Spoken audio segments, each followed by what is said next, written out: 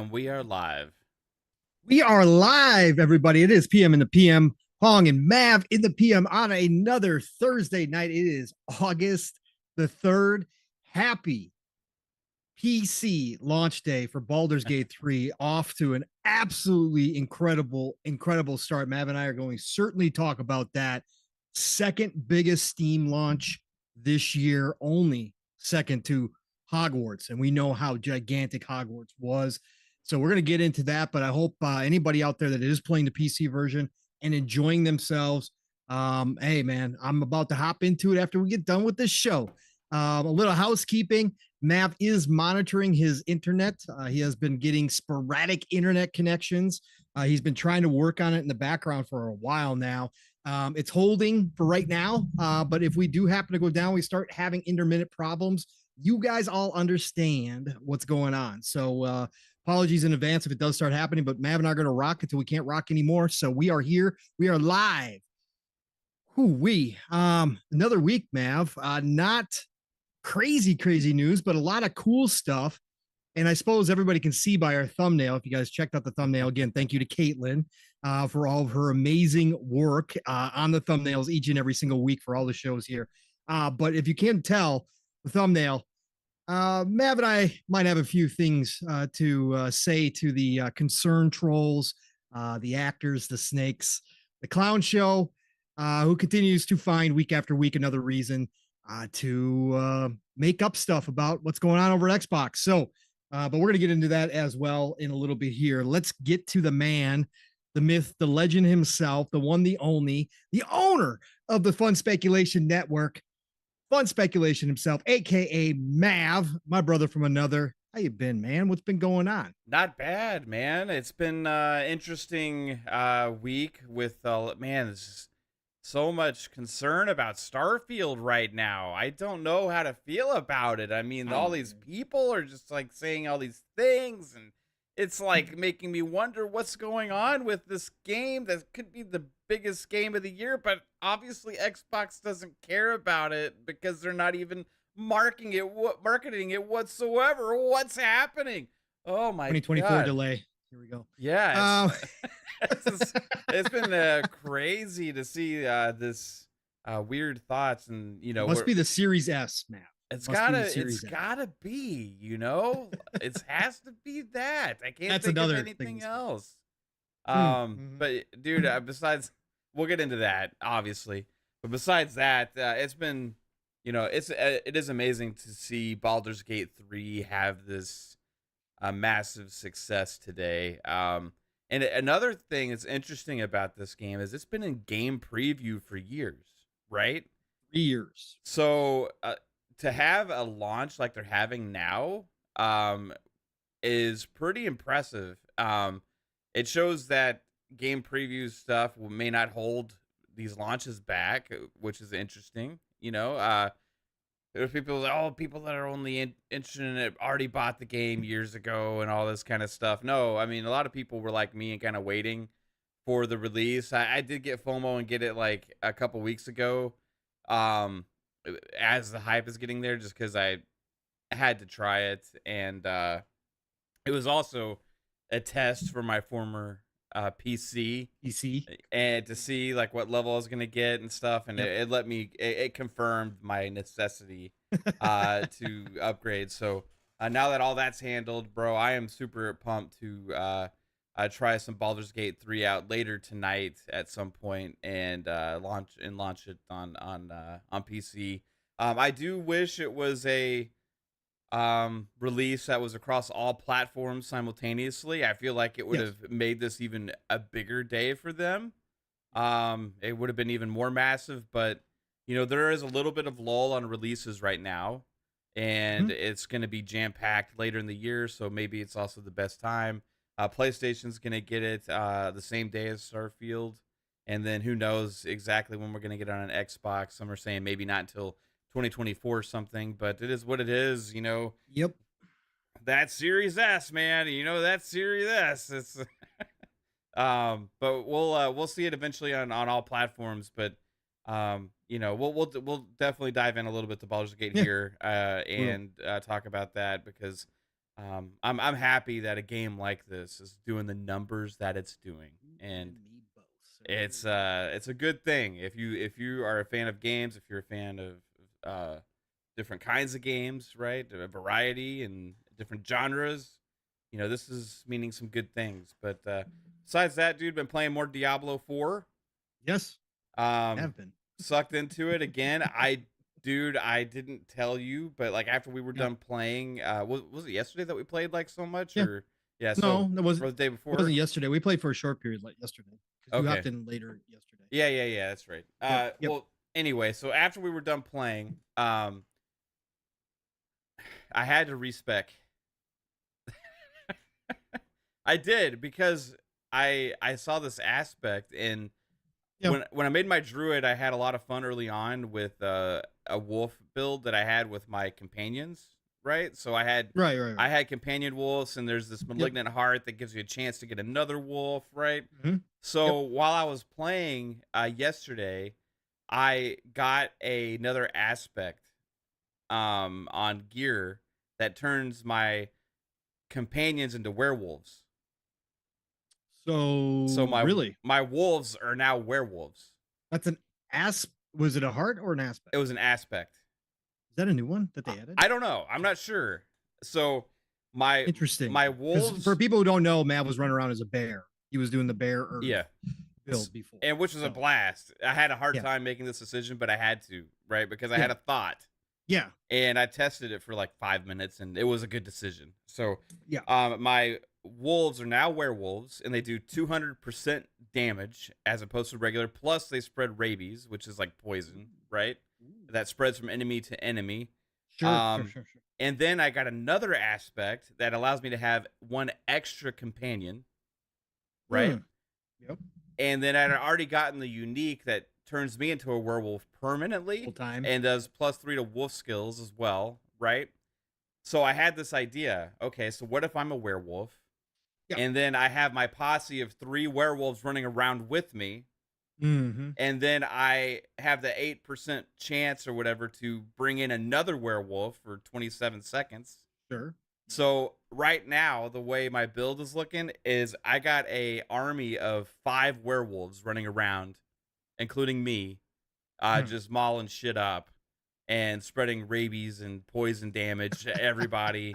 And I was already doing damage numbers like I hadn't seen before with my Earth build. Right, right, right, right. And so I just Good stuff. redid everything, put everything into werewolf stuff, and it's just freaking awesome having this group of werewolves running around like creating havoc, bro. So it's gonna be fun playing like that for a while.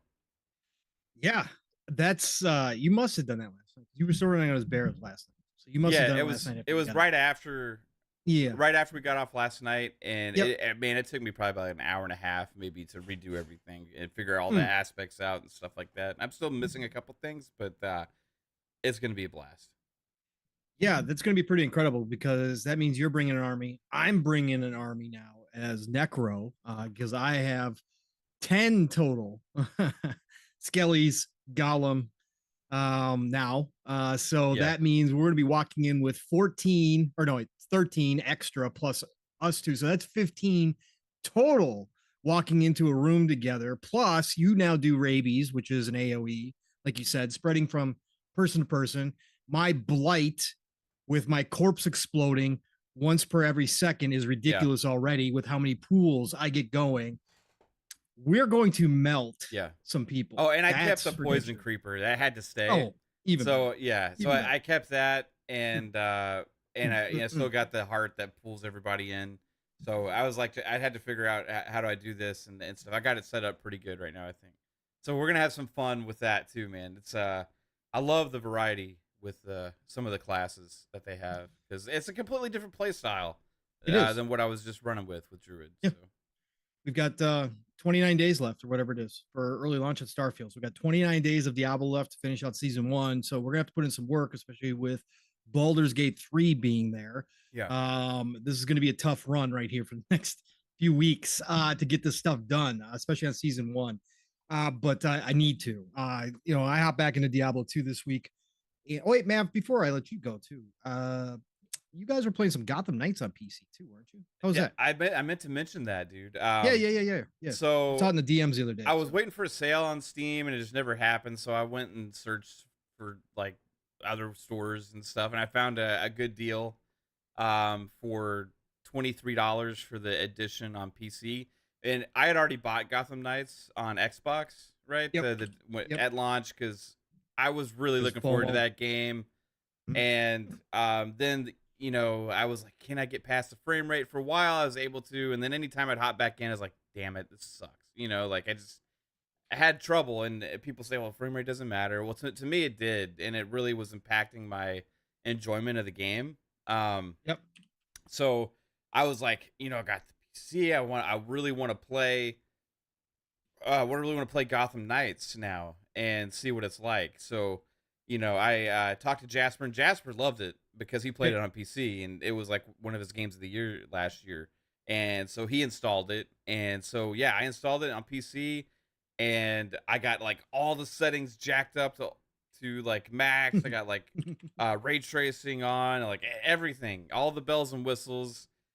Field of view slider pulled all the way out, and like I'm running around like over 100 frames like almost the entire time. And the parts that would dip into the 20s and stuff, like when you're like Right.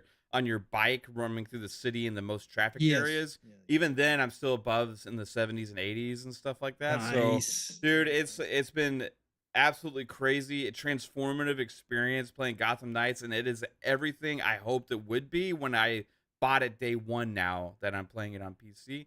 And Jasper played with me. We played co-op. We had a blast with that. And then we were like, "Hey, Steele, do you have Gotham Knights as well?" And he was, "Yeah." So he hopped in with us, and we played that. There's a 4-player co-op mode, and we hopped into this. It's like a tower Yep. thing, right? Yep. So you go up to kind of like the division towers in a way. You get progressively harder every 5 levels. You have like a boss level, and I was able to power level my character through the first like 15 to 20 levels, all the way up to Hmm. level 30, which is the max before you do like a new game plus, right? Okay. Yep. So it was a blast doing that.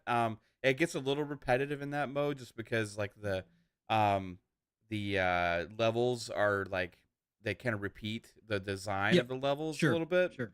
Yeah. but it got progressively harder and more fun, and the combat's so fast and fluid. And just seeing your teammates going around there, and then after each level, it gives you your like stats, so you can see how much damage everybody did and all that kind of stuff. So it kind of gives you a barometer on where you are with your character. And it was we had a blast, dude. And so I found out there's a whole nother area like that with this whole other tower. So we haven't Nice. done that yet either. So yeah, I'm pumped, bro. And if you were sitting on Gotham Knights or whatever, I stand by this. It really needs a 60 frames update at some point for consoles, but if it doesn't get it, play it on PC if you got a PC beefy enough to be able to perform this at a decent level. Also, and it's probably not like, you probably need a pretty beefy PC, honestly, Yep. to get it consistently above 60. But Yep. like Jasper plays it at 60 locked on PC, Sure. and it's smooth, crazy good experience for him too. But yeah, I'm loving it. I had a blast. We played like for like 5-6 hours that night, bro. Nice. Just me, Jasper Nice. Steele. It was a blast. It's interesting getting a PC and it having changed your perspective on certain games like that. I think it's too bad it has to happen that way, that the Yeah. consoles just can't do it. Again, that's part of the conversation with Eh, the PS5 Pro and all that kind of stuff. But it's eye opening I to hop into a PC version of a honestly, game. I still kind of blame the design choices that some of the Sure, developers made. You know what I sure, mean? Because sure. you shouldn't need a PC like because all of us have pretty beefy PCs Yeah, right yeah, now, and you shouldn't need a PC like that to even get the performance that we're getting. right.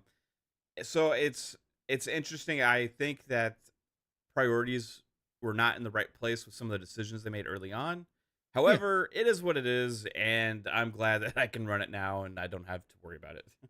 yeah. That's the main point. Like if dev, whatever the reasons, if dev make the decision, or simply the game is too complex for consoles, whatever the reason, to have the option to go play it the way that you want to play it on PC again it does change things. Like I said, Yeah. that the biggest one for me was Starfield, right? Because I knew Yeah. no matter what they came out and said, like I said, I was going to play it at 30. I was still going to come here and I still will, I still talked about it when they announced it was going to be 30 frames on consoles, that they should have a performance mode. But the fact that I didn't have to worry about it, that I was like, okay, all right, well, that's fine. I'm just going to play it on PC then. And I'll hop into console every once in a while when I feel like sitting down on the couch and try it out so that I know what that experience is like from that perspective. But at the same time, I'm not worried about it anymore. It's just, it's different. And I know not everybody can do that. We're privileged to be able to do that at this point. Yeah.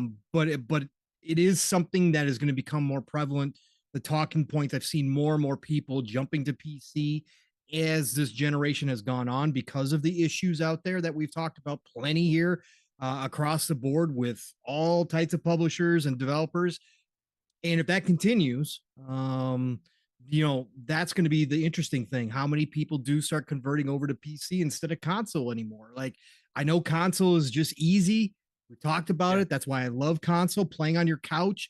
There's no replacing that. I sit at a desk all day at my real job.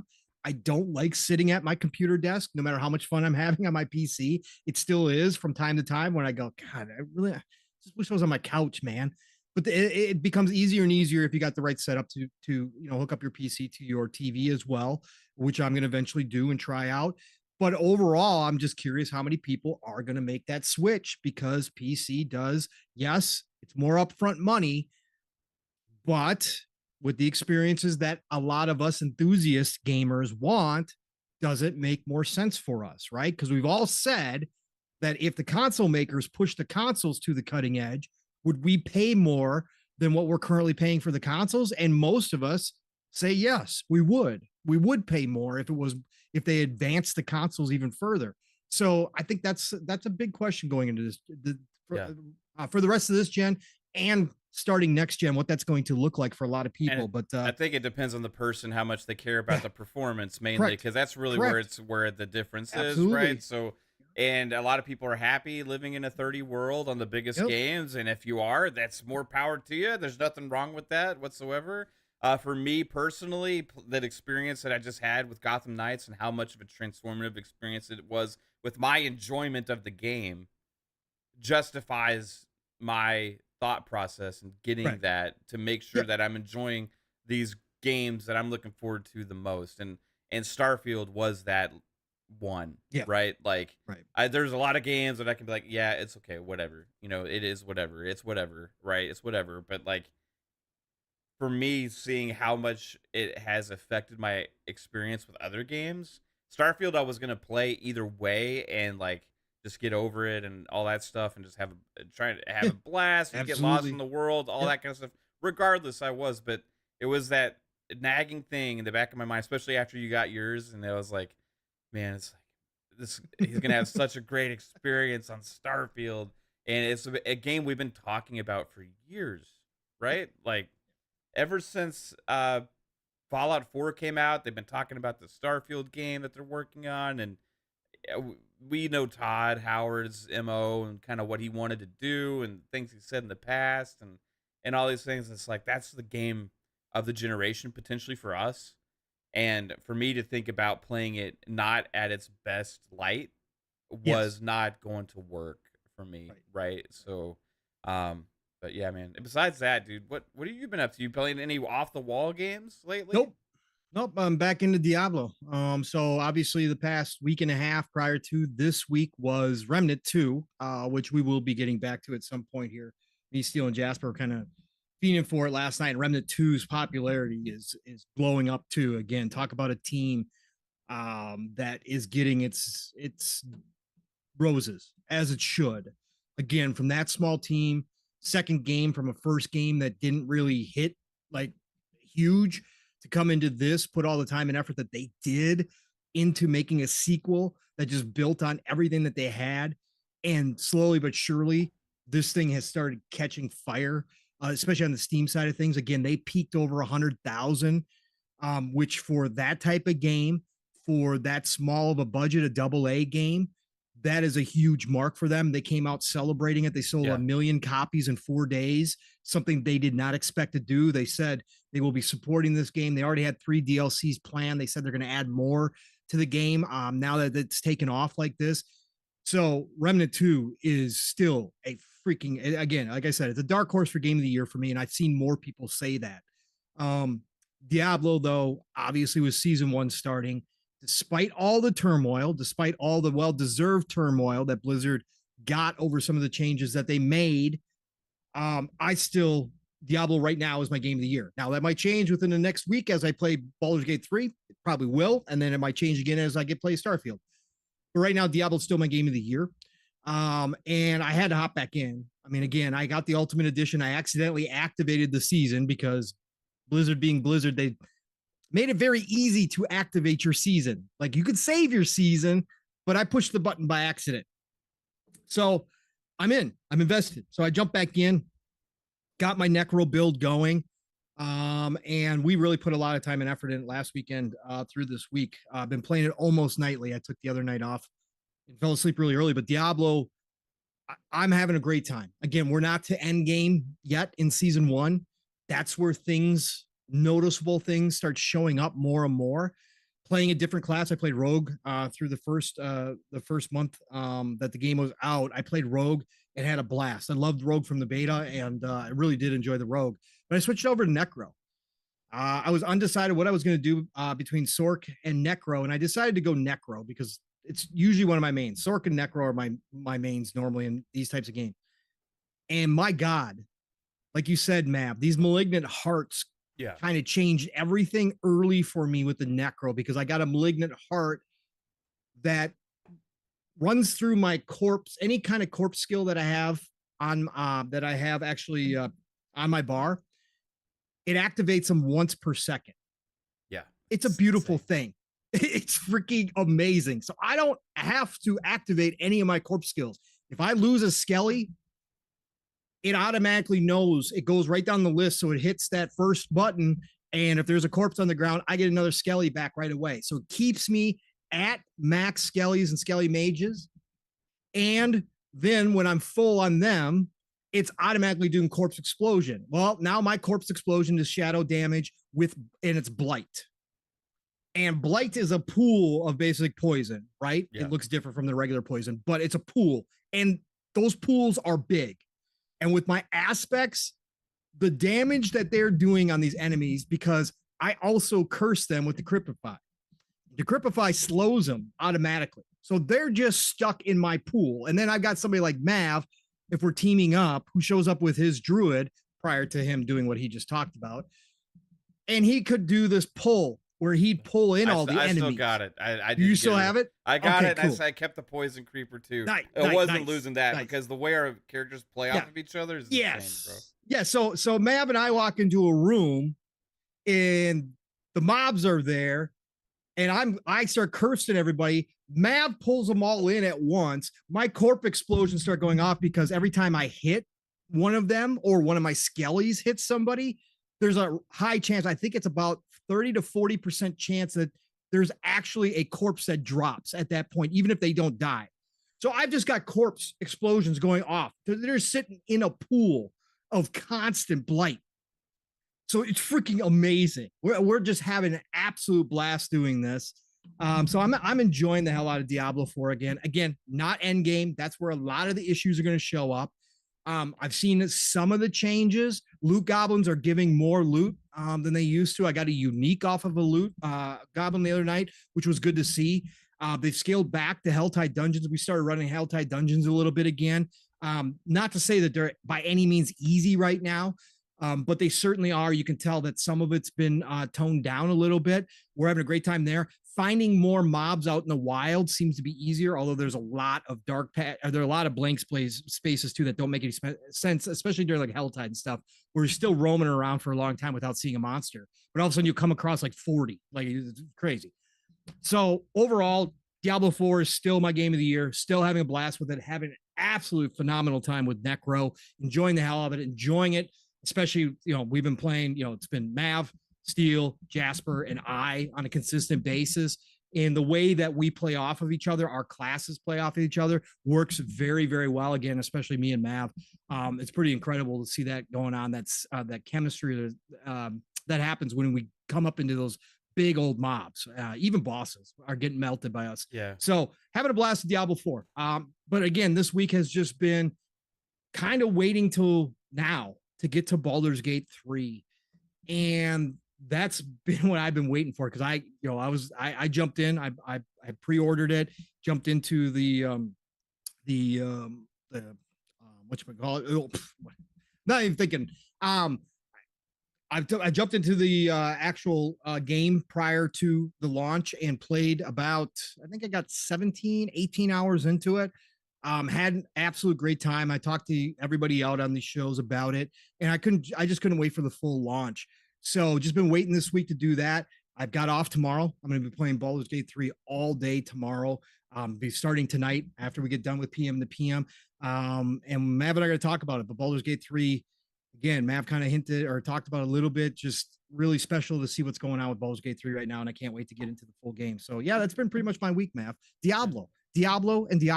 That's what's been going on. Nice. Yeah, nothing crazy.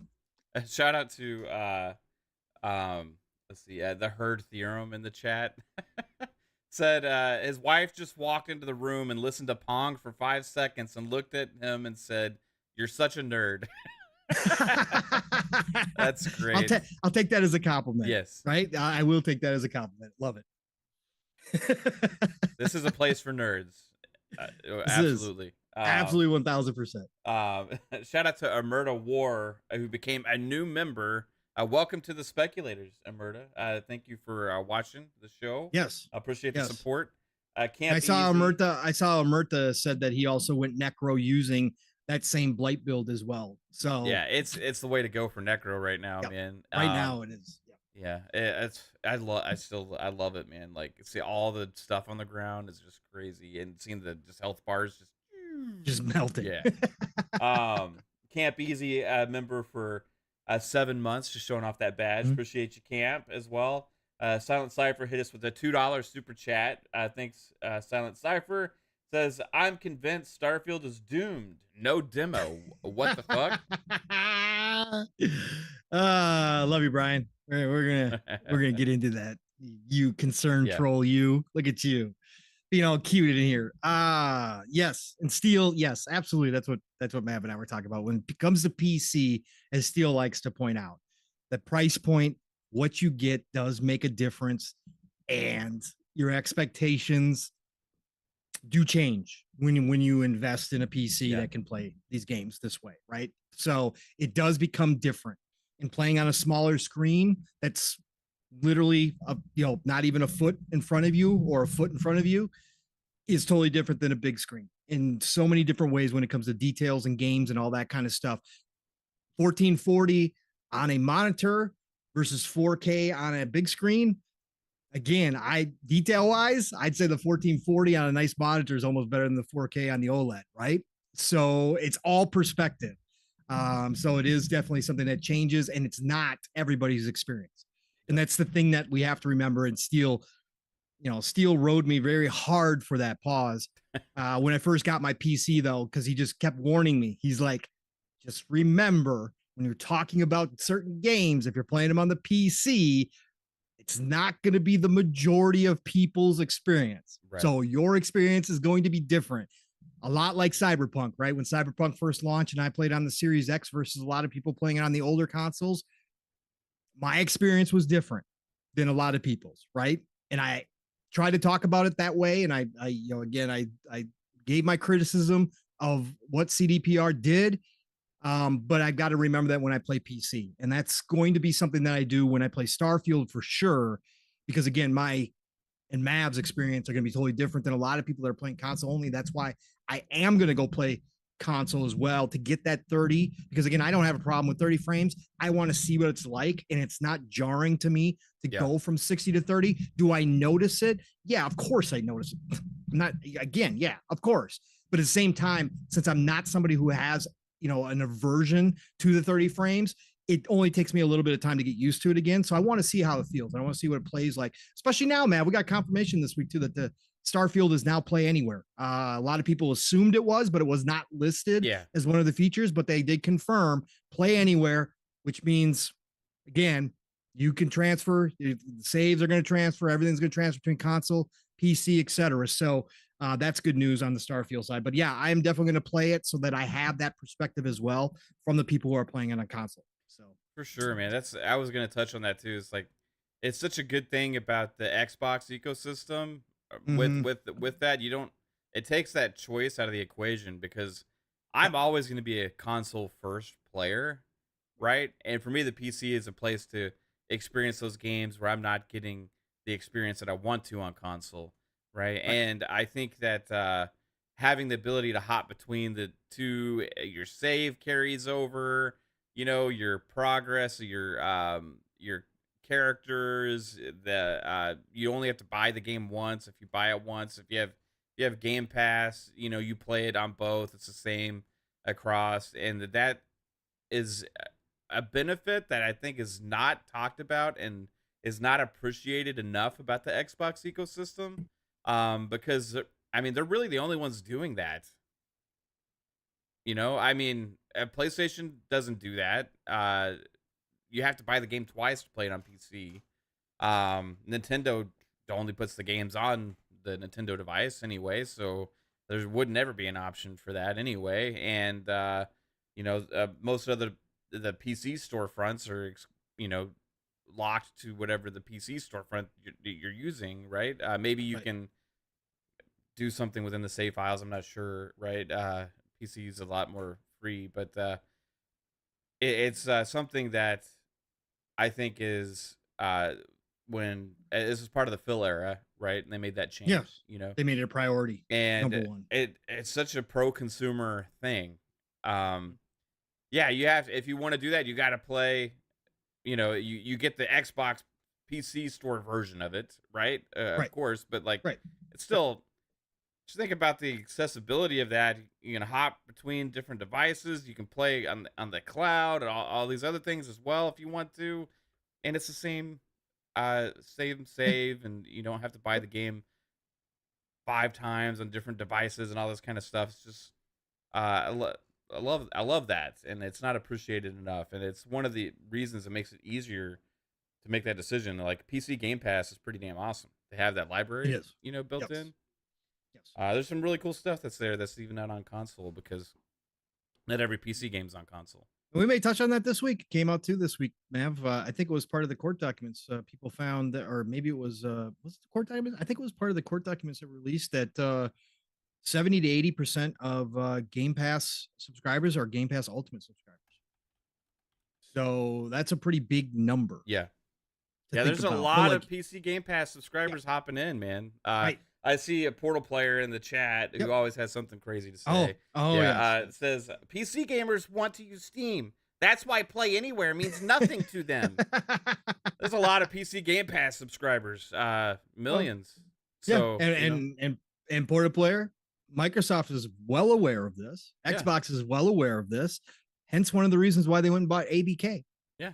Right. They're going to use BattleNet to help out their PC side of things. Right. So they are well aware of their shortcomings and the problems that people have with that side, the PC side of Xbox, and they're planning on fixing it. They're going to continue to work on it. They know that. So again, you're not wrong, right? There's a lot of people who do not like that side, but that option for some people definitely is a seller. For that, it definitely 100% is. So again, of course, Steam is number one and will be for a very long time. That's never going to change. But the fact is that Xbox wants a piece of that pie, and they're going to continue to work at it. So Yeah. that's why we see moves like the ABK. All right. What an intro, man. Spider-Man 356. We always have long intros here, sir.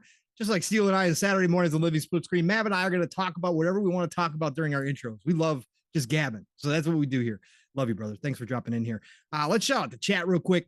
Unless you got any more super chats in there, Mav, that you missed. Okay, wonderful. Lore Master Jasper, the one and only. What's going on, action guy? We got AJH in the house. What's going on, AJH? We got the aforementioned Omerta War. Thank you, sir, for becoming a member tonight. Appreciate you. We got Game Shark in the house. What's going on, Game Shark? One of the best peripherals ever created, accessories, whatever you want to call it. Game Shark was a necessity back in the day. Oh, it opened up the game, man. Come on now. Who else we got in here? We got Sanchez, MTZ Game. What's going on, Sanchez? We got Alvin in the house. What's going on, Alvin? We got Sin in the house. What's going on, Sin? We've got Psychonauts, brother Psychonauts, who's doing the good work at the front lines at GameStop. Oh boy, don't get in trouble, Psychonauts. We got Spartan 661. What's going on? Of course, we got the aforementioned Silent Cypher Brian in the house. What's going on? Spider-Man 356. What just mentioned as well. What's going on, Spider-Man? We got Andrew Cullinane in here. What's going on, Andrew? Always great to see you. We got Retro Nerd in the house. What's going on, Retro? Thanks for joining us tonight. We got Sean T in the house. What's going on, Sean T? We got Prey is in the house. Prey Grasso now. Prey Grasso. Yes, that's right. I'm sure Tony's in here somewhere. What's going on, Prey? Great to see you. We've got Big Mad Mo in here. What's going on, Big Mad Mo? Always pleasure to have you a part of our chat. We got the one and only Poison Maniac, big time supporter. I don't know if you saw Matt, but he tweeted us out on Twitter, on X, I should say. He posted us on X and called us PCMR in the PM. Oh yeah. So nice. Yeah. And again, for anybody who's listening right now, if you have not hit that like button, please do so. And if you do have an extra minute, please share us out. It helps the algorithm greatly. Thank you so much for all of that stuff. Who else we got in here? We got Truth Serum in the house. What's going on, Truth Serum? Great to see you in here. We got the Herd Theorem in here. What's going on? We got Senior Click is in the house, formerly known as Vic the Click in the house. One of the great ones out here. What's going on, Vic? Great to see you. There he is. Tony Grasso's in the house. What's going on, Tony? Great to see you, sir. We got Dusty in here. What's going on, Dusty? Thank you, Dusty. I saw you tweeted us out as well. Appreciate you so much. We got Cullen Prime in the house. What's going on, Cullen? We got Rainwalker 24C. What's going on, 24C? Great to see you. We got my brother from another Steel Reigns in here. What's going on, brother? We got, who else we got in? We got the Beer Barons in here, bringing extra beer for everybody. What's going on, Beer Baron? Great to have you a part of the show as always. We got Captain Crunch in here, one of my favorite cereals of all time. Captain Crunch, what's going on?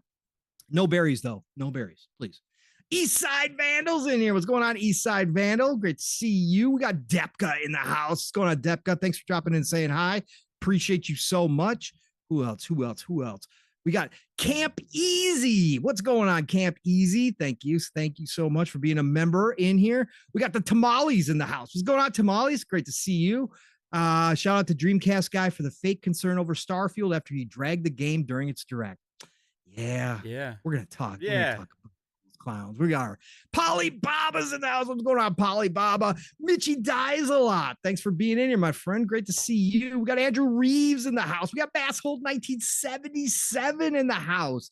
We got Abdel 114 coming in here with the Sean and the Dirt Talk that shit. TTS. What's going on, Abdel? Great to see you. Who else we got in here? We got Isaac Gentry in the house. What's going on? Thanks for dropping in and saying hi to everybody. We got Ben Millard in the house. Great to see you. We got the Ghost Fixer in here. Ghost Fixer. Always good to see you.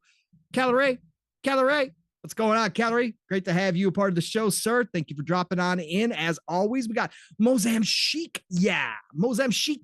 Is in here. What's going on? Great to have you a part of the show. RSJ Fran, my friend, how are you doing? Thanks for being here. And we got the one and only John Wolf is in here as well. John likes to stir up trouble on Twitter all the time. He swims in the console war nonsense. He loves it. Shout out to you, John. You're always riling people up. We got Mr. 7 Digit in the house. What's going on, Mr. 7 Digit? We got OCD Gamer jumping in here. We got J Gaming 1987. Sup, Xbox? You must be talking to somebody else. Anyways, great to see you in here. Thanks for dropping in here. We got Scorpio in here. We got M. Gene in the house. What's going on, M. Gene? We got the One-Eyed Will in the house. Not One-Eyed Willie, but One-Eyed Will. What's going on, One-Eyed Will? Great to have you jumping in here saying hi. We got Razor NZ all the way from New Zealand. Always amazing when I know somebody is that far away. It's absolutely crazy. The good parts of the internet, being able to connect with people that far away, it still boggles my mind. This old guy's mind, right? Who grew up without the internet. Let's see here. We got David Del Rio in here. What's going on, Del Rio? We got DJD925. What's going on, DJ D? We got Storm Blessed 117. We got the Z Black Rider both jumping in here saying hi. Shout out to both of you. I think I've caught up on everybody again. Appreciate you all for dropping in here. Davino, I see you in here late. Oh, the one, the only Lady Foxfire dropping on in here. Lady, always great to see you. Thank you. Thank you so much for being here. Gabe Itch, I see you. Who else? We got the super chat from Psycho for $2. It says, shout out Psycho. to my brothers. I'm holding the line. You are. I don't know if it's true, everybody, but again, Psycho now works at GameStop. Yeah. It just so everybody knows as well, the last name that Pong read was Gabe. Yeah. Itch. Yeah. Okay. Yeah. Not the other thing. I'm just saying. No, I said Gabe Itch. Gabe. I can't help it if people don't understand. I'm from the Midwest. Like it's Gabe Itch. No, this is the Simpsons thing, bro. It's Gabe. Yeah, I know, but it's Gabe Itch. You think I don't realize this stuff? It's fine. You're the one who points it out and draws attention to it. Again, we all just move on. All right, Alvin, Caitlin, take care of your husband. Alvin also with the $5 super chat says, for all the Starfield at Gamescom talk, no one's talking about Armored Core 6 being playable at Xbox's booth. Marketing secured? Oh, yeah, they've got the marketing for Armored Core 6 for sure. They've been marketing the hell out of that game, starting with like a Sarah Bond tweet a couple months ago, I think. Right. Yeah, listen, Spider-Man, I'm sorry you can't hear properly, all right? Again, just because Mav pointed it out and made it a deal doesn't mean anything. And the rest of you with the big eyes, you know exactly what I'm talking about. It's Gabe Itch, okay? That's all it is. It's very easy. It's not complicated. I said it as it's spelled out. There's nothing wrong with that. Yeah, for sure. It sounds worse. Thanks, Jax82. Appreciate you. Jax says, Pog, stop.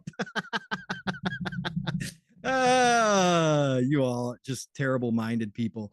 Anyways, let's see. Here we go. Where was I even going now that Mav screwed? Oh, I was telling Psychodot's story. So Psychodot works at GameStop.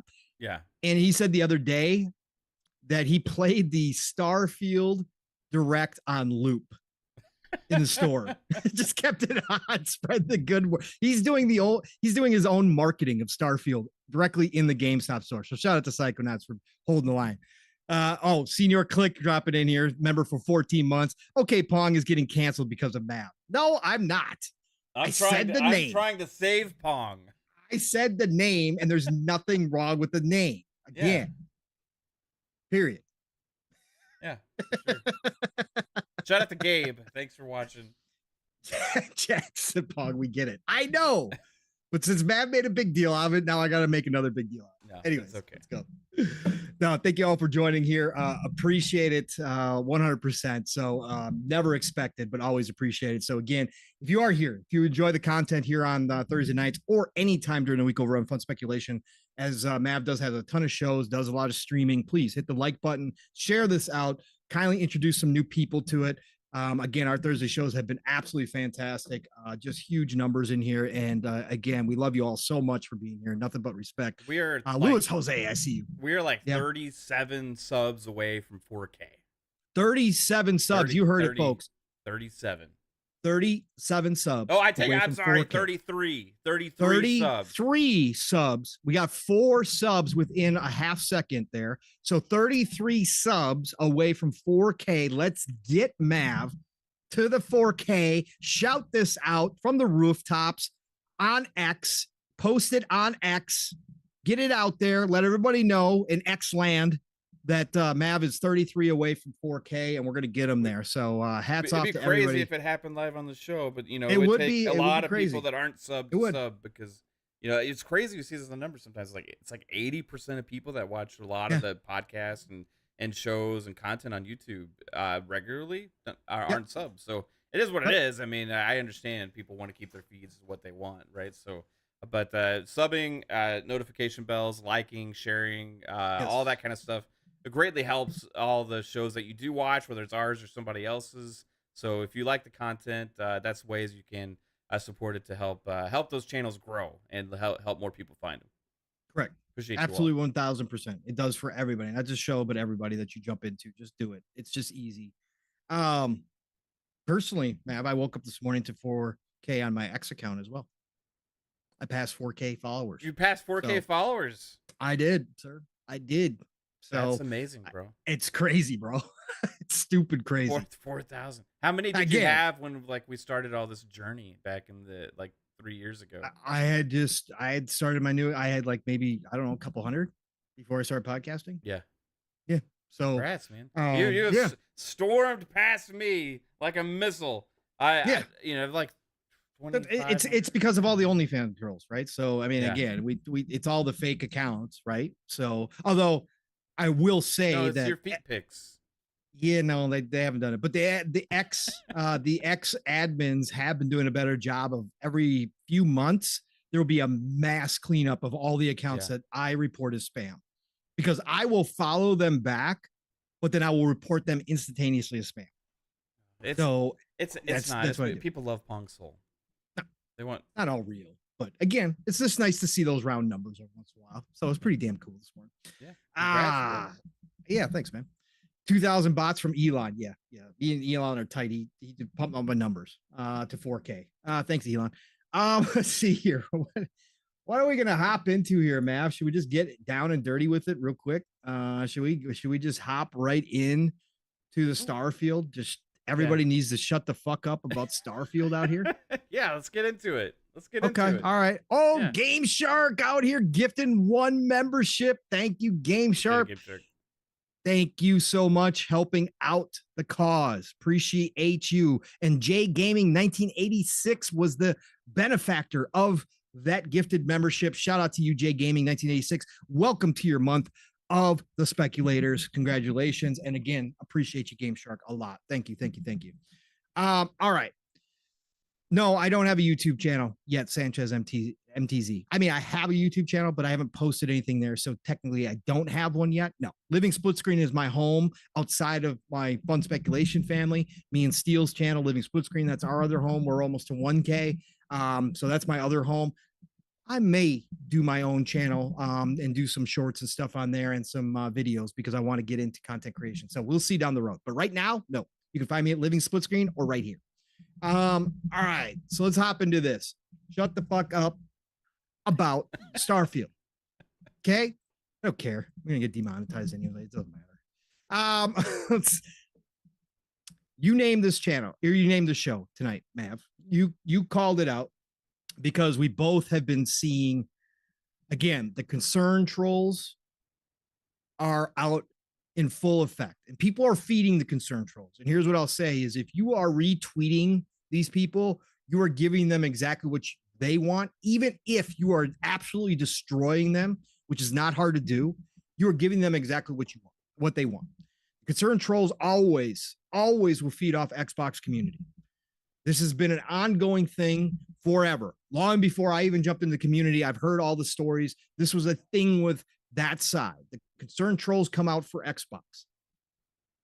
You've got the actors, you've got the clown show, you've got the snakes. They all want to jump in on this. And the latest thing this week, Mav, and this is a discussion that we've had specifically, was because for some reason, everybody has it or wants to make it seem like Microsoft and Xbox don't know what they're doing, because we aren't seeing Starfield plastered everywhere across the entire globe, because there doesn't, in some people's opinions, seem to be any cohesive marketing campaign for Starfield, even though I've seen a ton of Starfield stuff everywhere. These people believe that there's something wrong with Starfield. Yeah. What's going on with Starfield? And this week it was because we got confirmation, Mav, that Gamescom, which is Xbox is going to be at in a giant way, but because they're not going to, or at least as of right now, from what they announced, not have a demo of Starfield at Gamescom, August 23rd through the 27th in Germany. God. That means there's a problem with Starfield, and they're hiding something, or there's potentially a delay. That is the talking point this week. And we talked about this because when we were marchers, when we started the marchers, in thinking that Starfield might launch early this year. Yeah. One of the big pushbacks that we had, even from some of our friends in the community, some people that we definitely associate with, that we go on shows with, that we definitely are, good with, and we respect. and we respect. Yeah. One of their main pushbacks on us, Mav, when they were coming down on the marchers, was, oh no, you can't do that because you need at least 3 months of full-fledged advertising for Starfield. You have to have a full-fledged marketing campaign that is worldwide for 3 months pushing this game. And you and I and plenty of the other marchers on all of our shows, most of us all said, no, you don't. This is Todd Howard. This is Bethesda. You can say it's the most important launch, which we did for Xbox in a very long time, potentially decades, but that doesn't mean you have to have this marketing push for 3 months. This is 2023. There's a lot of different ways to go about marketing. There's a lot of different ways about getting the name out there. But a game like Todd Howard's Starfield does its own marketing in a lot of ways. Now, to be fair, Mav, you and I have also criticized Xbox for their marketing deficiencies, what we believe have been some marketing deficiencies. Not in this regard, though. Not right? in this regard. Again, we got a 45-minute direct. How many games get 45 minutes dedicated show? I can count on one hand, and a lot of them are Bethesda titles, by the way.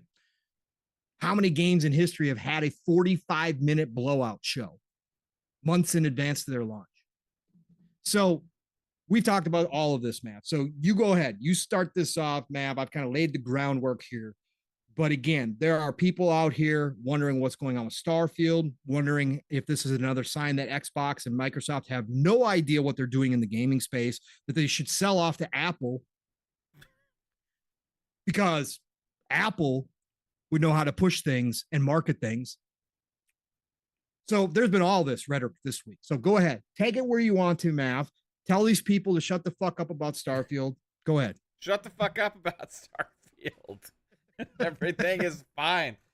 Before we get into this, though, real quick, I gotta say a special thank you to Brian Silent Cipher. He re-upped his membership, became a member again. Welcome to Speculators, and then also gifted 5 memberships out there to the community. So I appreciate that, and everybody enjoyed those emojis, a la Brian.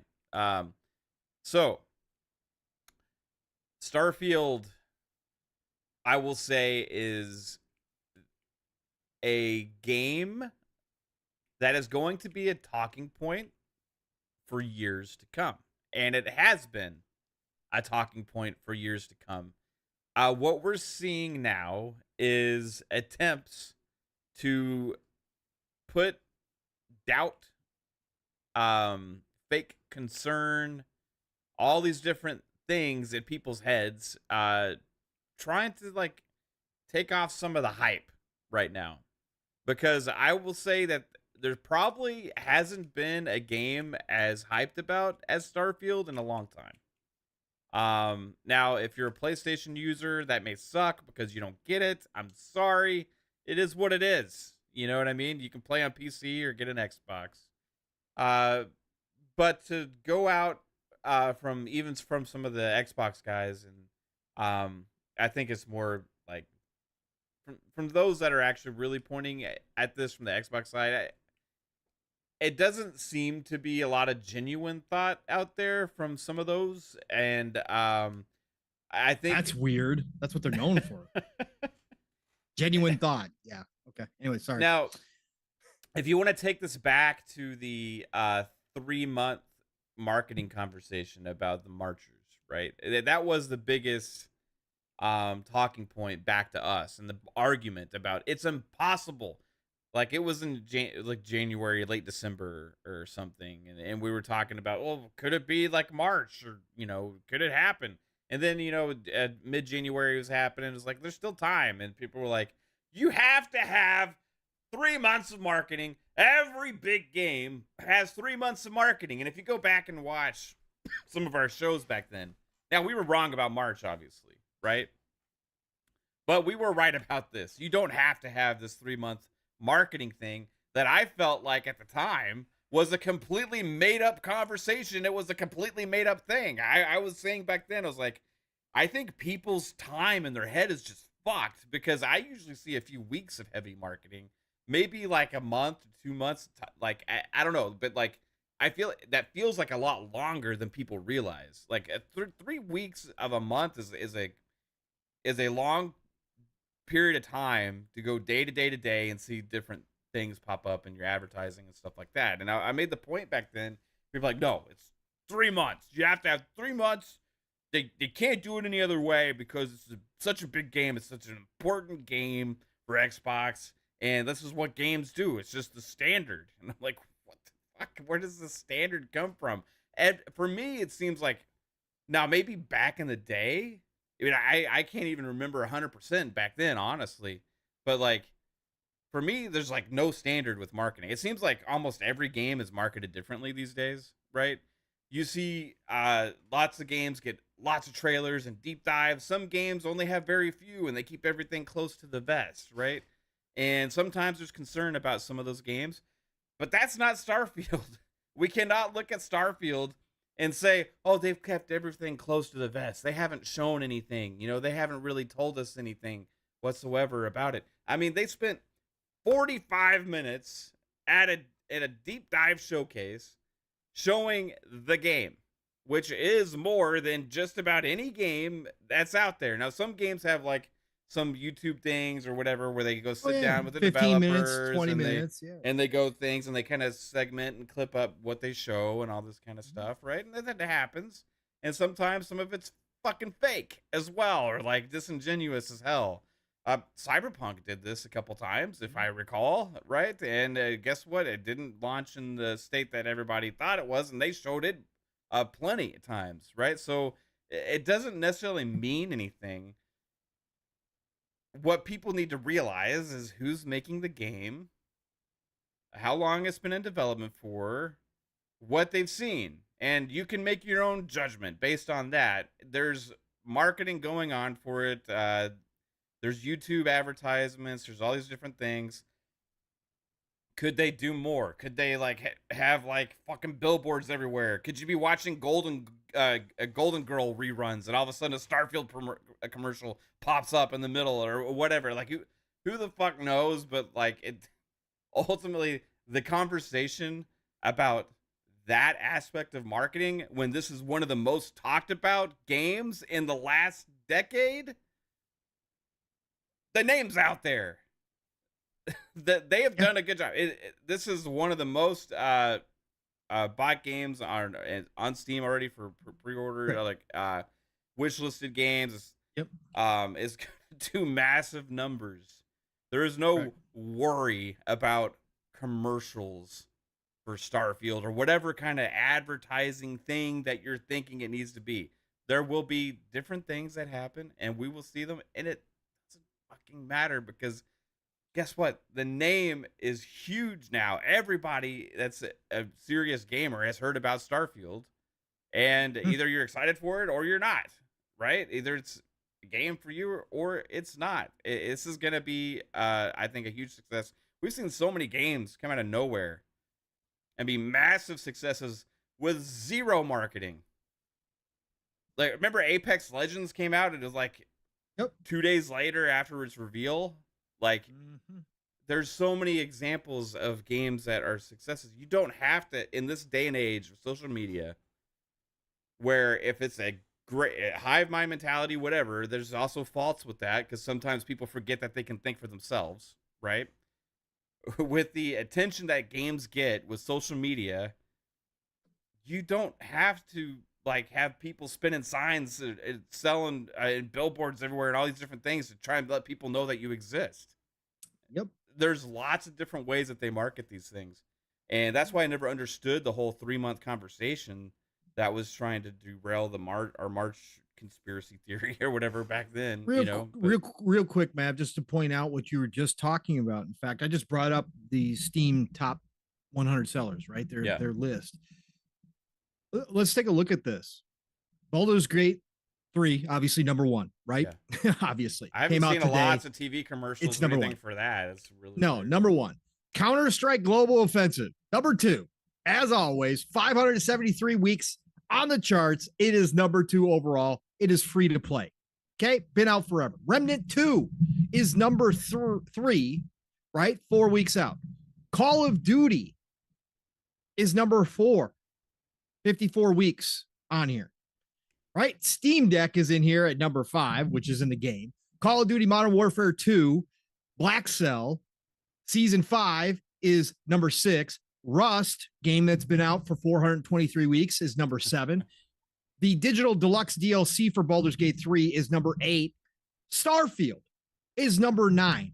It's the only game that's not available. And if you take out the BS, like the Steam Deck itself, and you take out the digital deluxe DLC from Baldur's Gate 3, and you take out Call of Duty Modern Warfare Black Cell DLC, right? That's 3 of them gone. That means Starfield is sitting at number 6 amongst games as most sold on Steam, and it's not even out. That's just people pre-ordering the game, and it's been here for 8 weeks. Yeah. And there's people have been sharing all these different things about this whole marketing conversation, which is a conversation that it doesn't even need to exist. We criticize Xbox marketing all the time, and it's mainly been about the showcases and times that you're showing games, like and taking advantage of moments, taking advantage of hype. Like they've had things where news gets announced or games put information out on Twitter and they don't share it properly, and all these other aspects.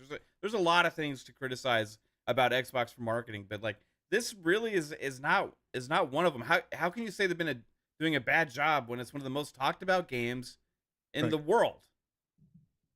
Like it just doesn't add up, right? Like I don't understand that. Obviously, Poison Maniac. If you take out the DLC and the Steam Deck itself, it's sitting at number 6 right now. Yeah. I think that DLC is just because it's like the newest version of the game. Yes, because anybody who pre-ordered Baldur's Gate gets that DLC, the upgrade for free. Right. So it's just fake stuff, and maybe excuses for content for some.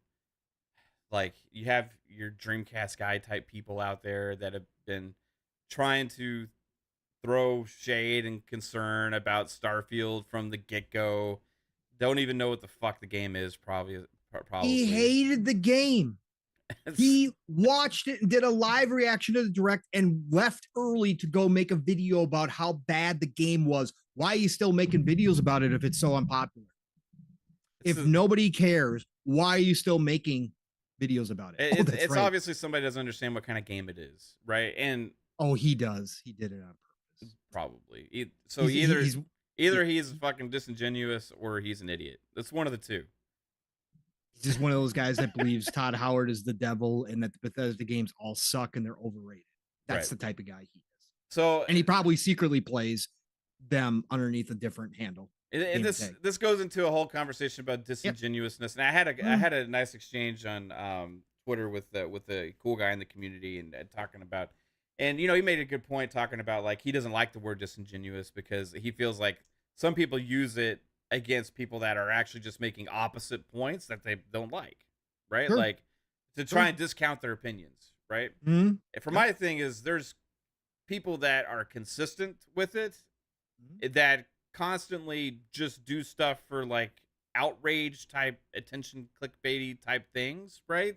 Opposite opinion type stuff, or like contrarian, extreme being a contrarian thoughts, to be a contrarian, like, right? And like selling Xbox to Apple or that's why I say they're active. Yeah, it's like all these different things, like these things exist, and it's you got to realize that what at the heart of it is attention, right? Right. So, it's people like that, even though we're talking about it now, obviously, is like you have to look at it and not let it sway your opinion about what you're looking at, because the contrary extreme opinion that's thrown out there that gets a lot of attention, Mhm. even though it gets maybe an equal amount of attention to the rest of the thought process out there, doesn't equal the same amount of people that have confidence in this game, even though it got a lot of attention. Right? Right. It's like, Yeah. and it's something that is a problem. Like I feel like with social media and stuff like that in general, because you could have one thing blow up, right, Yeah. from just one person, and it Right. becomes this huge talking point, right? And all of a sudden, that's the conversation. Oh man, this game is like this because this person says so. It happens with Digital Foundry all the time. Digital Mhm. Foundry, like we can play a game, right? That everybody's loving. Yep. Everybody's having a fucking incredible experience. Everybody's praising it. Oh my god, this is like oh so good. The devs did such a good job. The performance is great. Oh, this game, the story is amazing. I love it. And then Digital Foundry puts out a video that shows that in this one section of this game, in this one part that's 2 hours in this one level on the Xbox, it has 3 frames that drop. So it's going from a 60 to a 57. But on the PlayStation, the bar stays the same. So it has performance issues on Xbox. Now, all of a sudden, for days, the conversation on social media is like, oh my God, the game performs better on PlayStation. Or if it happens, vice versa. Oh my God, the game performs better on Xbox. Oh my God, why is Xbox having these problems all of a sudden? Why can't the devs figure out how to develop for an Xbox? And that's the conversation that gets brought when the only fucking people that ever were able to notice this had to fucking look with the microscope and all this technology and figure it out and hook all this shit up and everything. But oh, did you just see that? It moved. Put it on Twitter. Make a YouTube video. This is gonna get massive clicks. And that becomes the conversation. And these fucking people like the make these videos about like, oh my god, this marketing on Xbox, where is it? I'm so concerned about how this game's gonna be dog shit because they don't have a fucking commercial on after every fucking thing I watch on TV or whatever. Oh, why isn't it at Gamescom a couple weeks before it comes out? Oh my god. It becomes a conversation. So, point is, shut the fuck up. Okay, I'm sorry. Go on, Pong. I love it. These are the same people who pay for advertising free YouTube and advertising free Hulu and would never see advertisements anyway. And yet they want to lead everybody to believe that, oh, this is a problem, that there's none of it out there in the wild. Listen, y'all. First of all, shout out to this chat. Shout out to our community. Shout out to the people that we've cultivated here at Fun Speculations channel and all of our different channels, Mav, because I've been watching this chat as you've been talking, and there's a lot of people who are wise to everything that goes on, and they've been paying attention the same way we pay attention because there's been points made by multiple people in there. Pong, Todd, are you in an earthquake? no, I'm not in an earthquake. Is it shaking my mic? I think you're shaking your mic because you're like so amped right now. Oh, okay. Sorry about that. I had my elbow right on next to it on the thing. Sorry about that. I do that from time to time. But this chat, multiple people, lots of people pointing out exact points that we have made. Number one, Todd Howard does not do traditional marketing. Bethesda titles, and I'm talking about their first party RPGs, are never traditionally marketed. Why? Because Todd does not believe in showing off his game outside of very controlled situations like the direct prior to launch. He said in interviews, and multiple people pointed out, thank you, chat, because again, it's something we've talked about directly here. He's pointed out if it was up to him, he would give out his game to reviewers maybe a day before launch, a couple days before launch. He would drop the news that the game was coming 2 weeks and then launch the game. Like, yes, that doesn't work per se in business, especially in entertainment business like this, but that's Todd's mentality. So nothing is traditional with these guys. And this is something that Mav and I try to point out. I want to say this. I talked about it here about Gamescom. We've been talking about Gamescom because Xbox is making a big deal. And they obviously dropped more news this week too, which is where a lot of this started coming from, because they're going to actually have Starfield is going to be there. They are going to have they're going to have actually a show behind the scenes for the media at Gamescom to go watch a Starfield new trailer or new gameplay or whatever it's going to be. They're going to have Starfield there. It's just not going to be on the floor. Now, I said that we could get a big surprise prior to this week's news, that they're potentially, with the way that Xbox was pumping this up, that Todd might get out of his comfort zone with Starfield. And I thought there was a possibility, a potential for Starfield to be on the floor as a demo for people to get hands on, because it's only a week prior to launch. Now, I said that, right? But the news we're getting this week, if I'm going to take it all at face value and they're not going to have Starfield on the show floor, does that make me go, oh my God, what's wrong with Starfield? Why isn't it going to be demoed on the floor? Because Todd Howard doesn't like to demo his fucking games prior to launch. He doesn't like reviewers to have them prior to launch. So no, even though I was out here kind of predicting that maybe we would see that happen, the fact that it's not doesn't shock me in the freaking least. I think reviewers are going to get it though. They are going to get it early. It's out in the wild already. I think people already have it. I'm pretty sure there's people already have talking about people that they know that have it. I think Paris made a comment today about like, you know, somebody that has it or something that he's heard amazing things from or something like that. So also I remember it was like a couple weeks back or like a month ago, they put out on social media to like sign up for people to try and get review codes. Right. They did. You know? They did do that. That's going outside of Todd's norms. Yeah. That's how big this game is.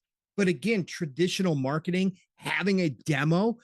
How many Bethesda RPG single player games from their A team and Todd have had a demo? Why is that a big deal now? It's not. It's because you want to make it a big deal. And again, to your point, Mav, and again, the chat was talking about it as well. Starfield markets itself because of what it represents as a game, as a brand new IP, as a Todd Howard original. It automatically has been churning out marketing for itself nonstop. Let me tell you something else. All the clown show out here, the actors, the snakes, the concerned trolls, they're marketing Starfield right now. Yeah. By talking about it constantly. Again, why do certain people continue to make videos about Starfield, a game they could care less about, or a game that they say is going to be in trouble, or a game that they say isn't worth anybody's time? Why are you making videos about it then? There's a billion other games you guys could be talking about right now that you all, according to yourselves, believe are going to be better games or are better games than what Starfield's going to be, because Starfield's just going to come out a broken, buggy mess like every other Bethesda title, according to all you. So why are you making videos about it? That's right, because it generates attention. Because so many people are interested in Starfield. It's an automatic win as far as videos go. That's not a game that nobody cares about. That's not a game that needs massive, some kind of marketing like we're back in 1995. That's not where we're at. This is the age of the internet. This is a digital age. Yes, does Sony do some big marketing? Sure they do, right? We saw it with Final Fantasy 16. We started seeing it with a little bit with Spider-Man 2. We saw it with God of War Ragnarok. But a lot of that marketing happened after it launched, because the buildup for big games are now well known. It's not back in the day where we got a magazine and we're finding out about a game launching next week or next month. We know about these games. The enthusiasts, the fan base knows about these well in advance. And even the masses who we all talk about, well, they don't really know this stuff until it happens. There's so much more connectivity nowadays that, yes, they do. They hear about it because the masses go to places like IGN. IGN has been talking about Starfield for quite a long time now. It does get out into the consciousness much faster than it used to. The most important thing is after it launches, the legs on those games. That's why you see Sony focusing their marketing for the most part after a game launches. That's when they did the big whole Ragnarok around the world thing where, you know, that's why they do that, because they then at that point, right? Now they've got their fan bases talking about, people are sharing videos, people are streaming it, all this kind of stuff. Now it's getting further into the mass market. Now you start marketing it out there in public. But even if Xbox and Bethesda don't do that with Starfield, again, Starfield is going to be a whole game, a whole experience unto itself that is so unlike most games that we have gotten in the past, that it's much like it generates that its own hype, and it's going to continue to build as people get it. Now, it has to be good, right? It has to turn out to be that game that we all think it's going to be. If it's not, then yeah, nowadays with social media, with all the internet access, it's going to be fire. It's going to be, oh my God, everybody and their mother is going to hear about how bad this game is, just like Cyberpunk. We all saw what happened to Cyberpunk. That will happen to Starfield. But if it's good, if it's the Todd Howard game we think it's going to be, that Bethesda A-team, genre-defining, generational type game that we all think it possibly can be, then it becomes a snowball effect in the positive way. And that hype continues to build as more and more people play the game, talk about the game, stream the game, post screenshots about the game, going, oh my God, I can't believe I found this on planet Xenon, which is the 800th planet I visited. But my God, this experience was absolutely incredible. Those type of experiences are going to be happening for years to come. And that's the difference between Starfield and most normal games. Sure. We saw a big marketing push with God of War. We've seen a big marketing push with other games, Harry Potter, all those types of games. How many people are talking about those games right now? Are there people still playing it? Absolutely. But the consciousness of the gamers move on very fast. But a game like Elden Ring, still being talked about to this day. Still new people jumping in. Skyrim, that's why we celebrated 10-year anniversary with it, because people still talk about it. Fallout is still being talked about today, 3 and 4.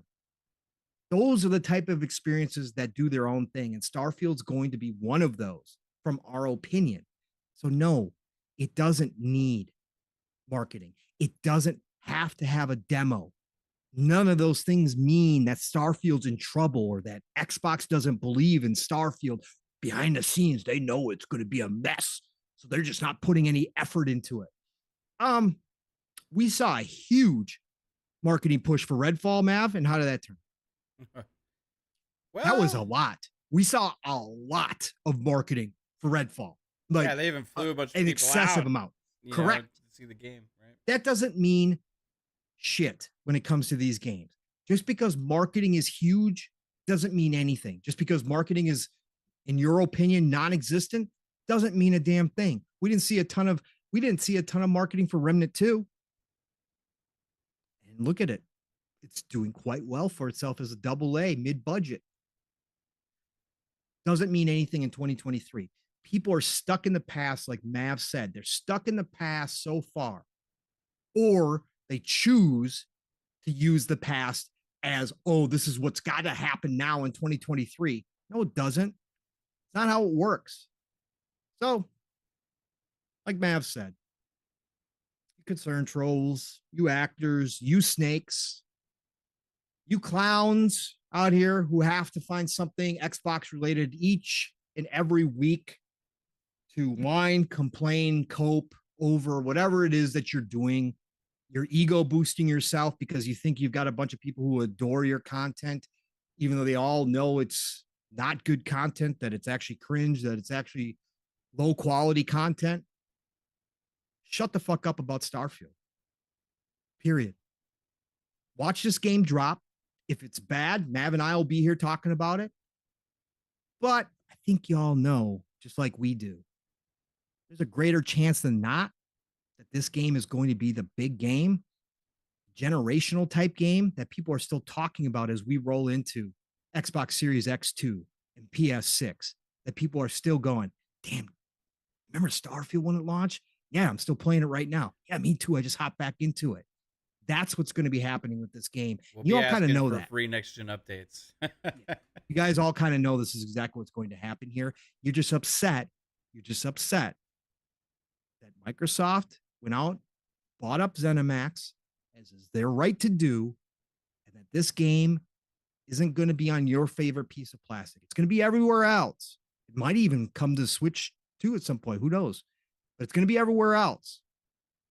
It's not going to be on your favorite piece of plastic. And that really is the crux of the entire conversation. Heaven forbid, once again, Xbox has a chance at having a great exclusive to their ecosystem. Heaven forbid that ever be the case. Because my God, it's the end of the industry if that happens. But here we are, 28 days away from what potentially could be the game of the generation coming out, and it's going to be on Xbox. Yep, it's going to be on PC. It's part of the ecosystem as well. But you're going to have to come on over if you really want to play that game. And you know deep down inside, if it turns out to be great, you're going to want to play it. So we'll see you on your PC or Xbox. Yep. Join the party. Let's shut the fuck up about Starfield. Go play some of your other games that you guys talk about how great are. Why aren't you guys promoting again? I talked about this last week. I don't see none of you promoting your games. I don't.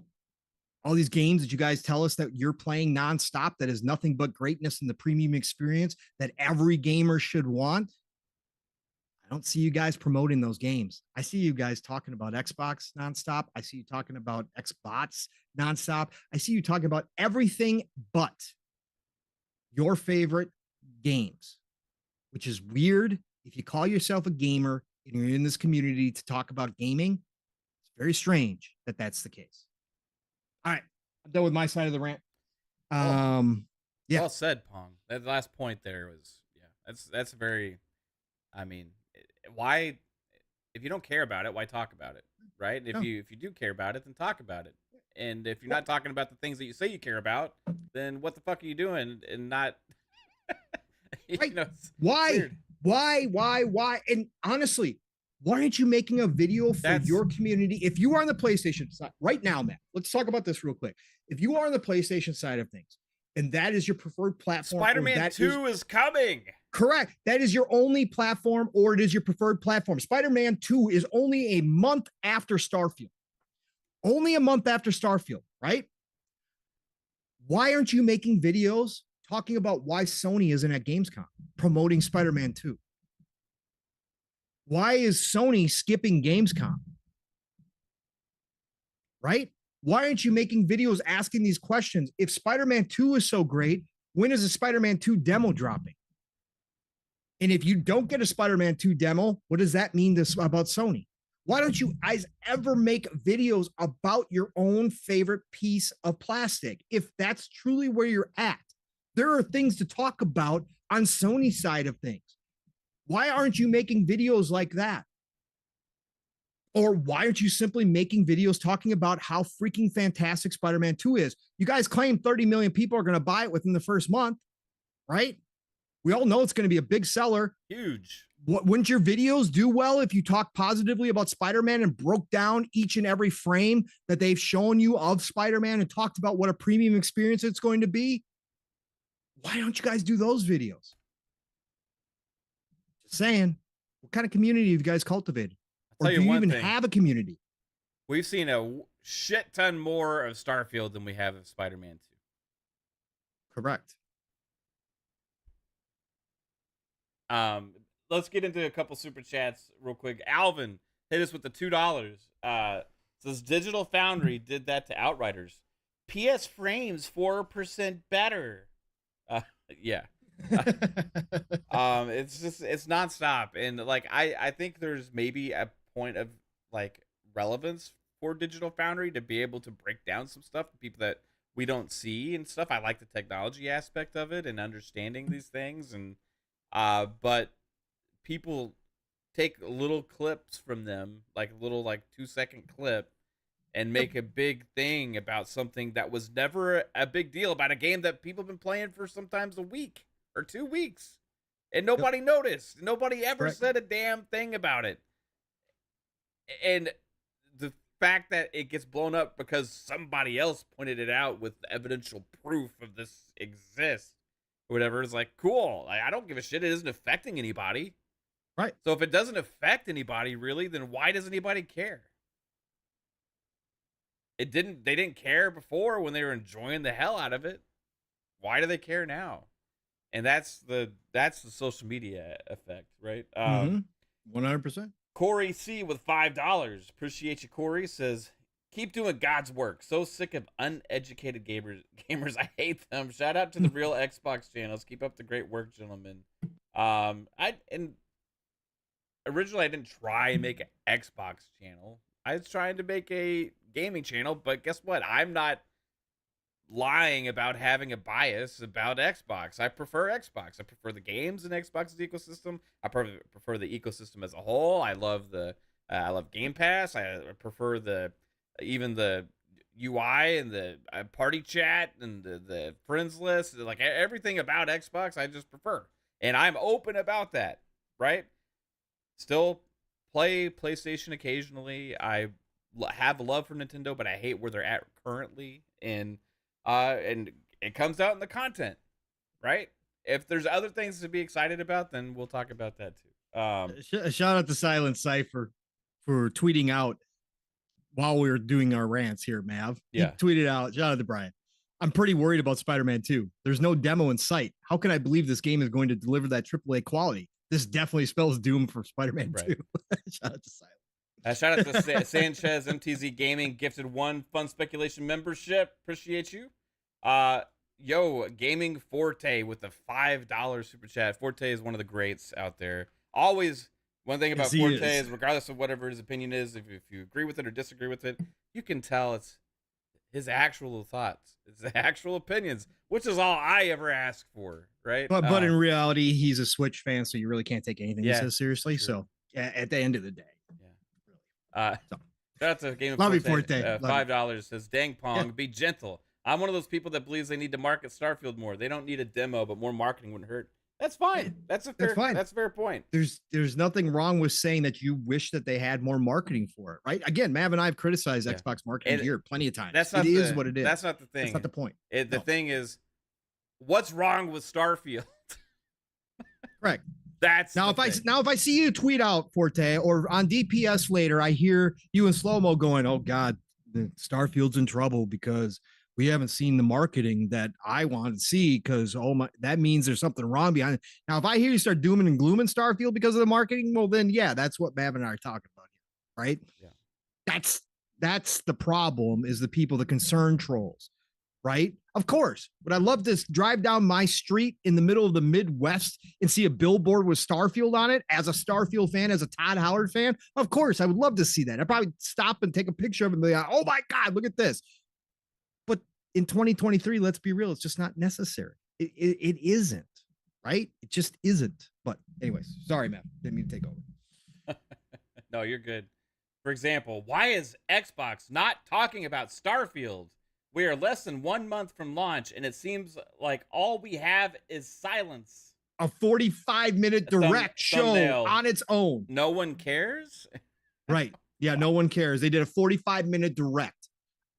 They gave it its own show after their showcase. That's the shit we're talking about, bro. It's like... We've openly criticized Xbox's marketing a lot. Yep, a lot. on this show, on Xbox Ultimate, on FSP, and the thing is, like, I don't know, for Starfield, yeah, maybe one thing for me is, honestly, I don't know what ads are wherever anymore because I don't really watch TV, you know? And YouTube, I skip stuff. I never even look at what the ad is going to come up. So there's really the only ads I see is like if I'm watching like a movie on like Hulu or something on that, and I don't have the ad-free version, right? Yep. So I really don't see a lot of ads anywhere anymore for anything, like any games, really. sometimes you'll see something pop up on YouTube or whatever, and I skip it, and there's people showing that YouTube has a lot of Starfield ads right now, and that's like a thing that exists, right? Right. So like for me, like in taking ads, like is no longer a thing.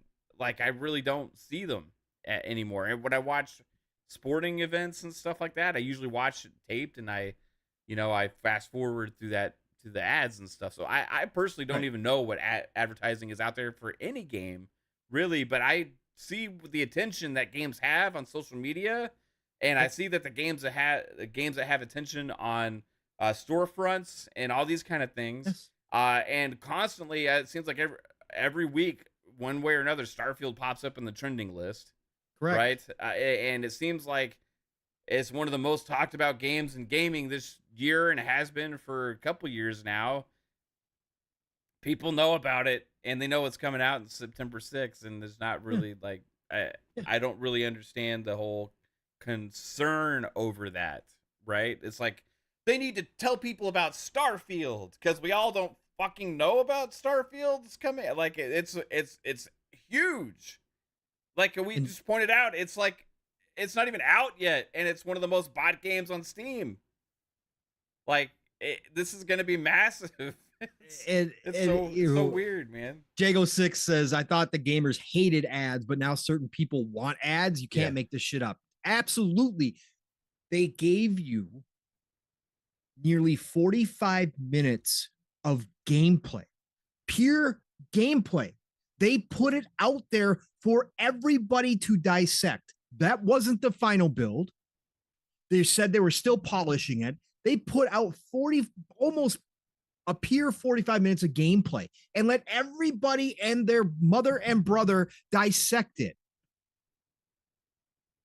But that's still not good enough, man.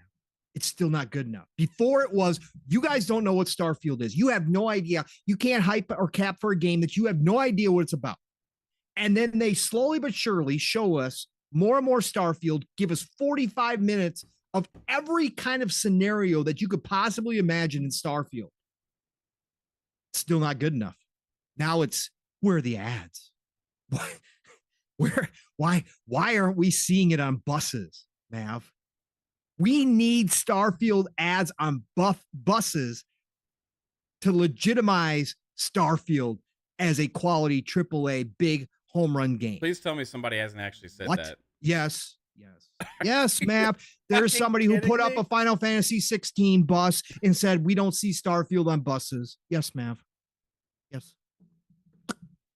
I'm telling you, bro, it's a sickness. It's an illness. It's a mental problem. It's something missing deep down inside in all of these people in their regular real life that they try to fill it up with nonsense through social media and through a plastic box or a company.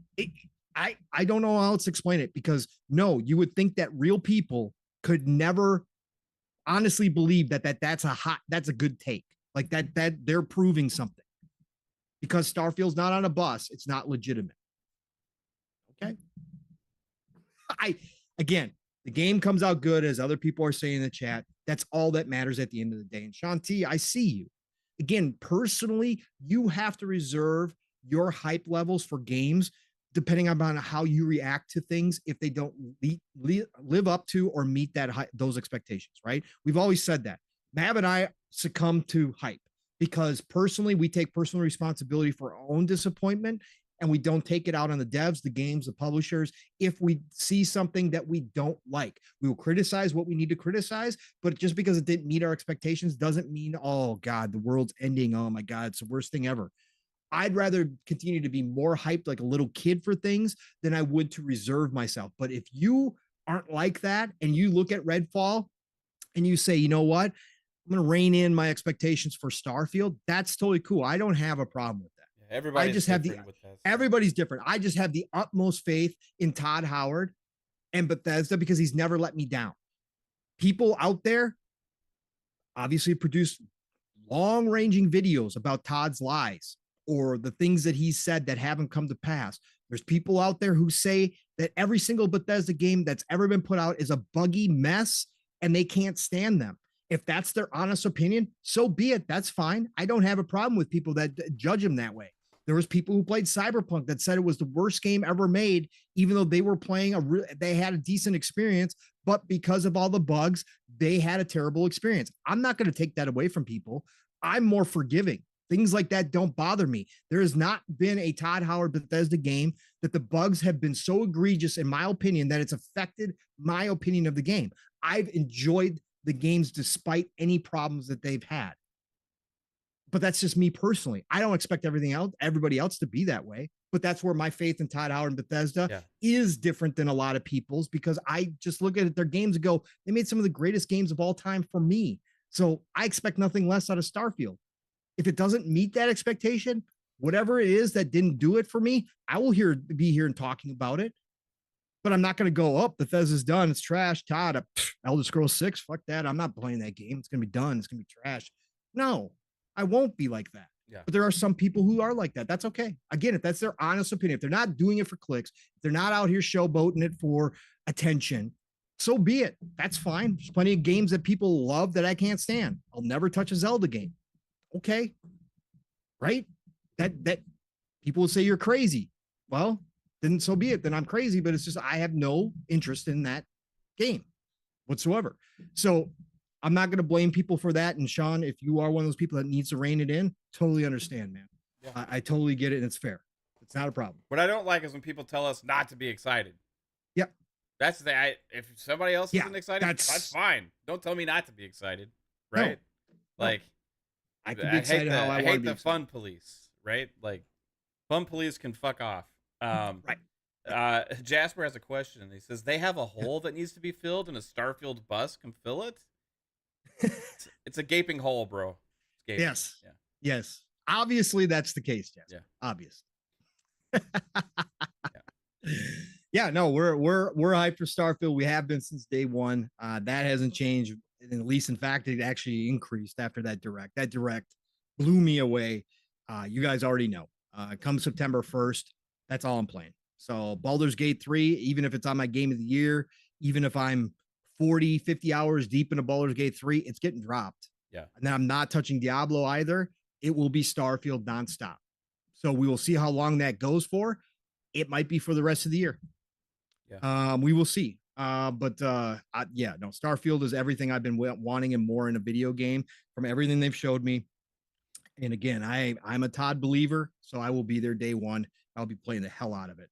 Yeah. OCD Gamer says, I've been excited since Starfield was announced. Yeah, going back to 2018 or 2019, whatever year it was one of the two. And they said the word Starfield. I was excited and hyped for this game because previous to that, Todd Howard talked about one of his dreams pretty much is to make a space RPG because he wanted the trifecta. He wanted fantasy, he wanted like post-apocalyptic, and he wanted space, right? They already had Elder Scrolls, right? They had the post-apocalyptic with Fallout, and the next tier for them about having the trifecta of dream genres to make for him in these kind of big RPGs was the space game, right? And they had to take a step back from doing their other games to do this. Right. That's what made it hard, but they decided they made the decision. We'll put Elder Scrolls 6 on hold. We'll focus on Starfield first and finally do this game that they've been waiting for technology to get to a point where they can really live up to the vision that they had. And that's where we're at now. And we're all going to see something we haven't really seen before in gaming with Starfield. And that's why I'm hyped about it. And it's fucking sick. And if anybody says don't get excited about that because of something else or whatever reason, I don't give a shit. Like, I'm going to be excited for what I'm excited about. And if they don't have enough commercials for you to justify my excitement, I don't give a shit about that either. Like, there's plenty of people excited about this game. Corey Krotzer, $2 super chat, says Xbox marketing genius, no ads, still talking about. Yeah. Yeah, of course. That's what Starfield does. It's what a game like Starfield does. Right? It generates its own hype. Bethesda RPG does, man. It's like special. It doesn't come out very often. And when they do, they're generally generational games. So, and Starfield being a new IP adds a layer of mystery because people are unsure. When you say Elder Scrolls, when you say Fallout, you kind of know what you're going to get. When you say Starfield, yeah, they've shown us a lot, and a lot of us have a really good idea of what we're going to get, but there's still a lot of mystery. 1,000 planets, the scope beyond anything they've done before. Like, how is that all going to play? How's the sandbox going to work in that type of universe with 1,000 planets? What craziness am I going to see that is next level scale because of just how massive this game? All that stuff runs through my head. Like, I can't wait. Where's all the talk that had? Remember, like the Xbox Game Showcase, that deep dive being like one of the most watched things ever, right? Within games at an Xbox show. The deep dive. Some people that aren't even like Xbox creators saying it might be the best deep dive they've ever seen for a video game of all time.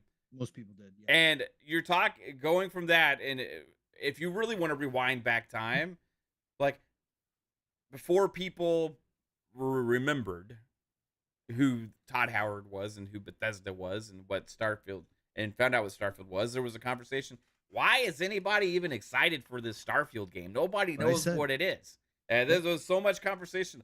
Why does anybody even care? Nobody knows what Starfield even is. Well, what is it? What is it? Like, why does anybody even care about Starfield? That was a huge talking point at that time, right?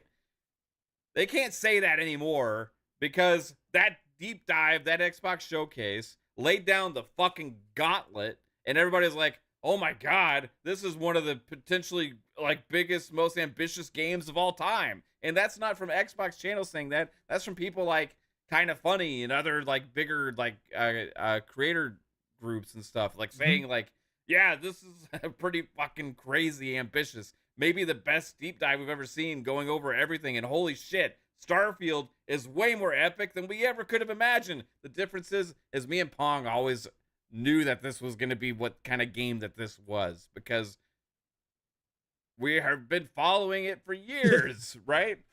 But Mav, there's no ads on buses, so we can't be excited.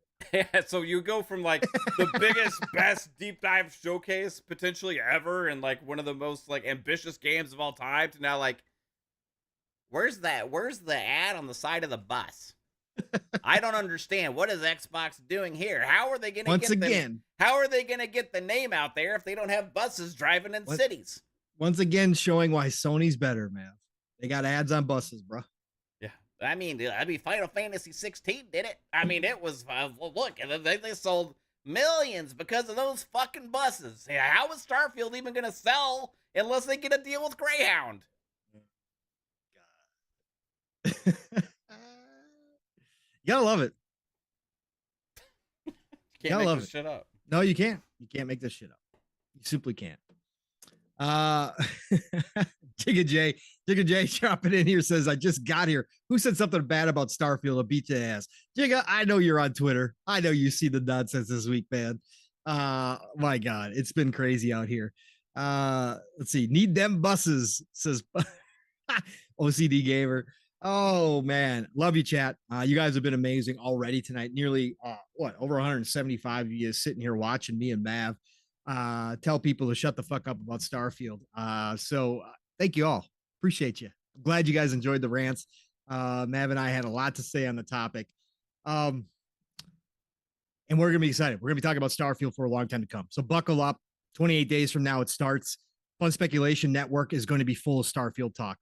And you know me, on any one of the shows that I'm on, that's all you're going to get is Starfield talk. Yeah, so, if you think our intros are long now before we get into the actual topics, like, what kind of ship did you build today, Pong? Yeah, my God. Just wait. Tell me about your adventures as a space pirate, Pong.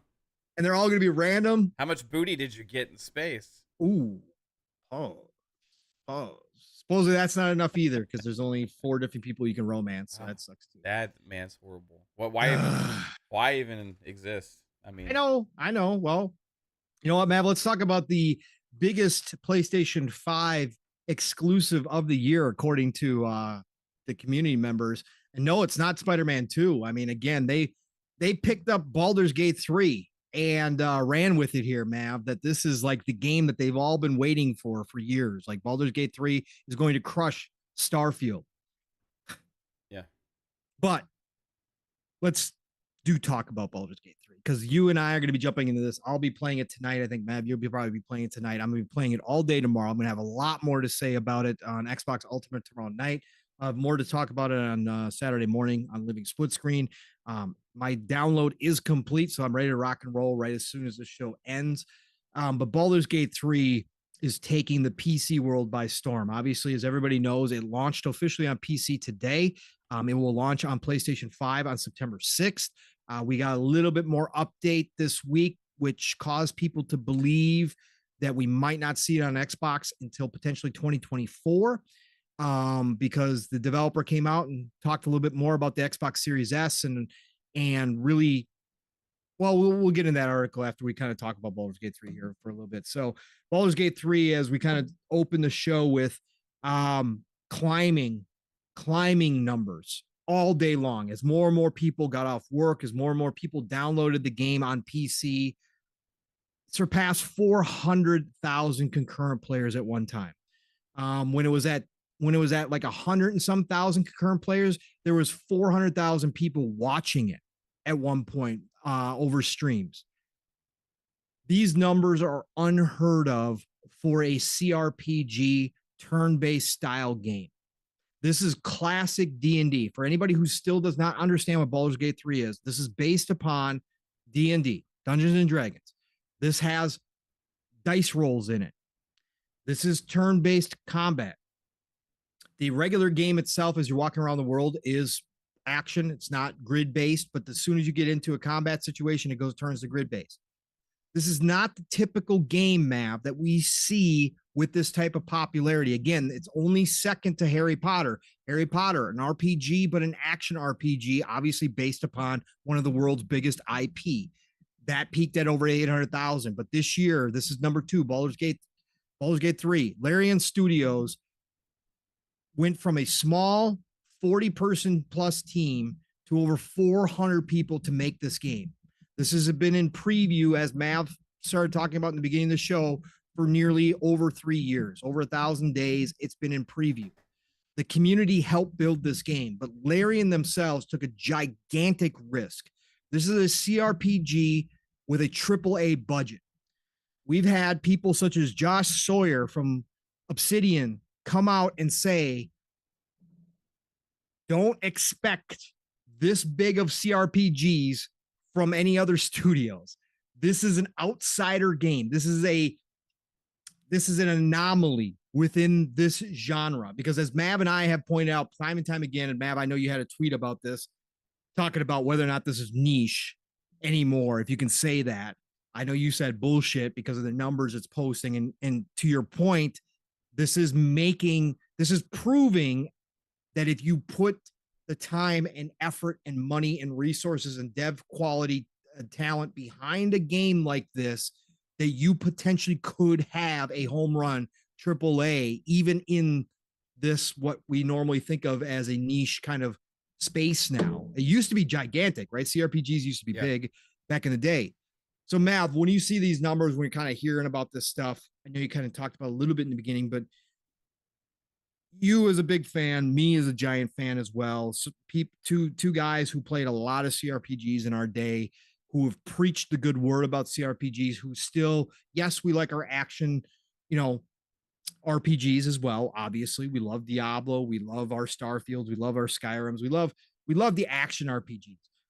But we also still love our turn-based tactics games, our strategies, our CRPG games. What does this say to you, Mav, to see Baldur's Gate 3 come out to this kind of reception? And we know, Baldur's Gate 3 is going to be PC heavy, obviously. That's where it's known.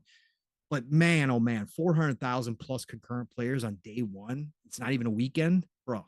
Yeah. And it's for me, it's also the reviews and the people that, we respect a lot of their opinions, don't necessarily always agree, but really just praising this game, saying like I think it was ACG that said I got his tweet right here. Sincere congratulations to Larian Lar at Larian, who is the head over there, Larian Studios, and everyone that worked on Baldur's Gate 3, and honestly feels more like a tabletop game that just has a couple more rules than a video game sometimes. It's astonishing how epic one game can feel. In my opinion, so far, it is up there with the classics of the last 2 to 3 generations. and this is where you talked about before. Could you see Baldur's Gate 3 potentially creeping into that game of the year conversation? Right now, I think a couple things has to happen for a game to really take off into that realm. Right, Mhm. Yep. reviews, one of them. You know, it's got to be praised highly. It's got to be popular enough to grab attention. Right. Yep. It's got to be conversational a little bit, at least I think. Right, and That bear sex. yeah. So like this game is transcending a genre right now. Yes. We're Correct. seeing it before our eyes. Something that honestly I didn't know if I would ever see a game get this much hype and excitement for that was turn based again. Correct. Right? I mean, Larian's made great games before. They've made Divinity, Pretty decent Original too. Sin, and Original Sin 2. Great games. I love them. Yeah. Did they sell through the rooftops? No. You know, were they fantastic, well-made games? Yeah. So when I found out they were doing Baldur's Gate 3, I was like, right choice, right? Larian going back, taking the reins from what was a BioWare creation back in the day and bringing it Prime Bioware. prime BioWare and taking it to a new audience. But the way they did it was the great game preview way. At first I was like, okay, we're gonna see. You know, a lot of times those game previews happen and then it's kind of like the same game kind of you get Mhm. after. But they continuously, I've been paying attention to, like kind of over the years because I was waiting because I wanted the final version of the game, right? They've kept updating, doing things, and improving upon things over the last few years, and have taken the resources from the game preview to fully build this up into an experience that we don't get in this genre ever anymore. I mean, you get like Obsidian, like you said, Josh Sawyer pointed out, like Pillars maybe is a game that they've made, right? Pillars Correct. of Eternity 1 and 2, Yep. and those are fantastic CRPGs, but they are nowhere near in the budget and scope and scale of this, right? Right. They are Correct. fantastic games. A Wasteland 3 from In Exile. You can look at that game. Another great, a pretty solid, but like bigger budget game that has great bones and stuff in it, but still nothing compared to what Larian is doing with this game and seeing the numbers that you're seeing here. It's going to pass Hogwarts Legacy, right? If it hasn't already today. It's going to be close this weekend, right? What is it? What did Hogwarts do? 800,000 concurrent. Okay, Over 800,000. So it's gonna be tough. Maybe it won't pass. I don't know, but they're close. They're potentially. second, right? So like, regardless, Opening weekend, potentially, it's going to be right there. this was going on. It was a fucking Thursday today at like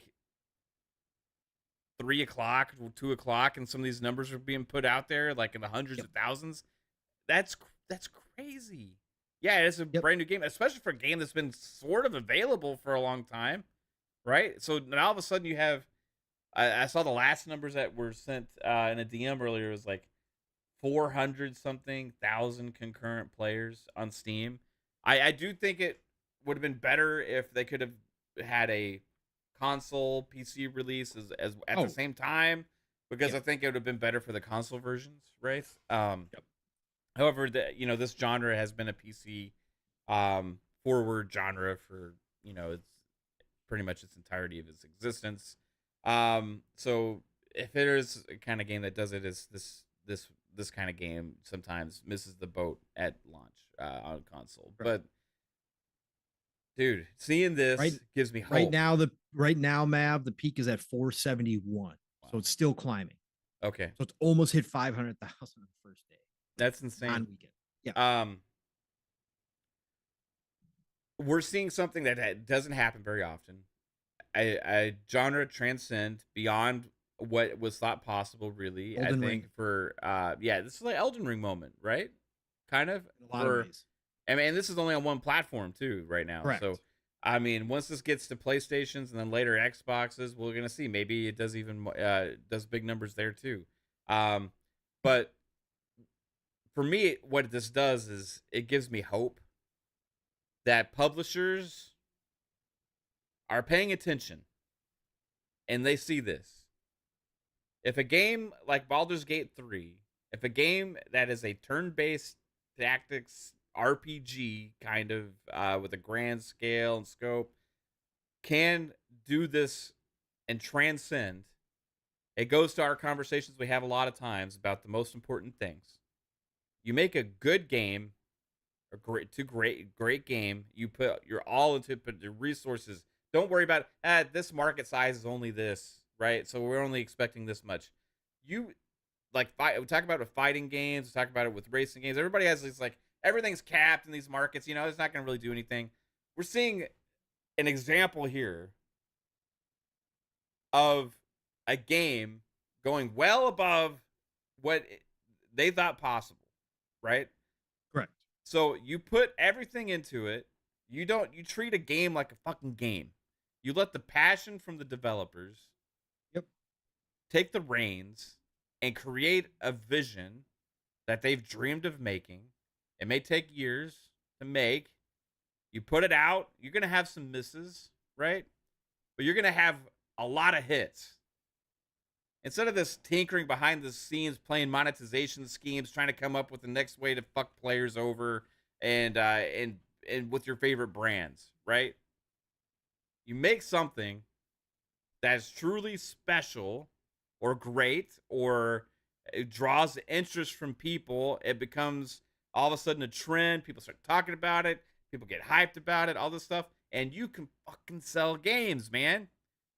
So Ubisoft, Square Enix, all these other companies, like I'm not saying everybody has to go make a CRPG, but No. but No. pay attention to that things are possible beyond what you think about these different kinds of games. Elden Ring Yeah. proved it.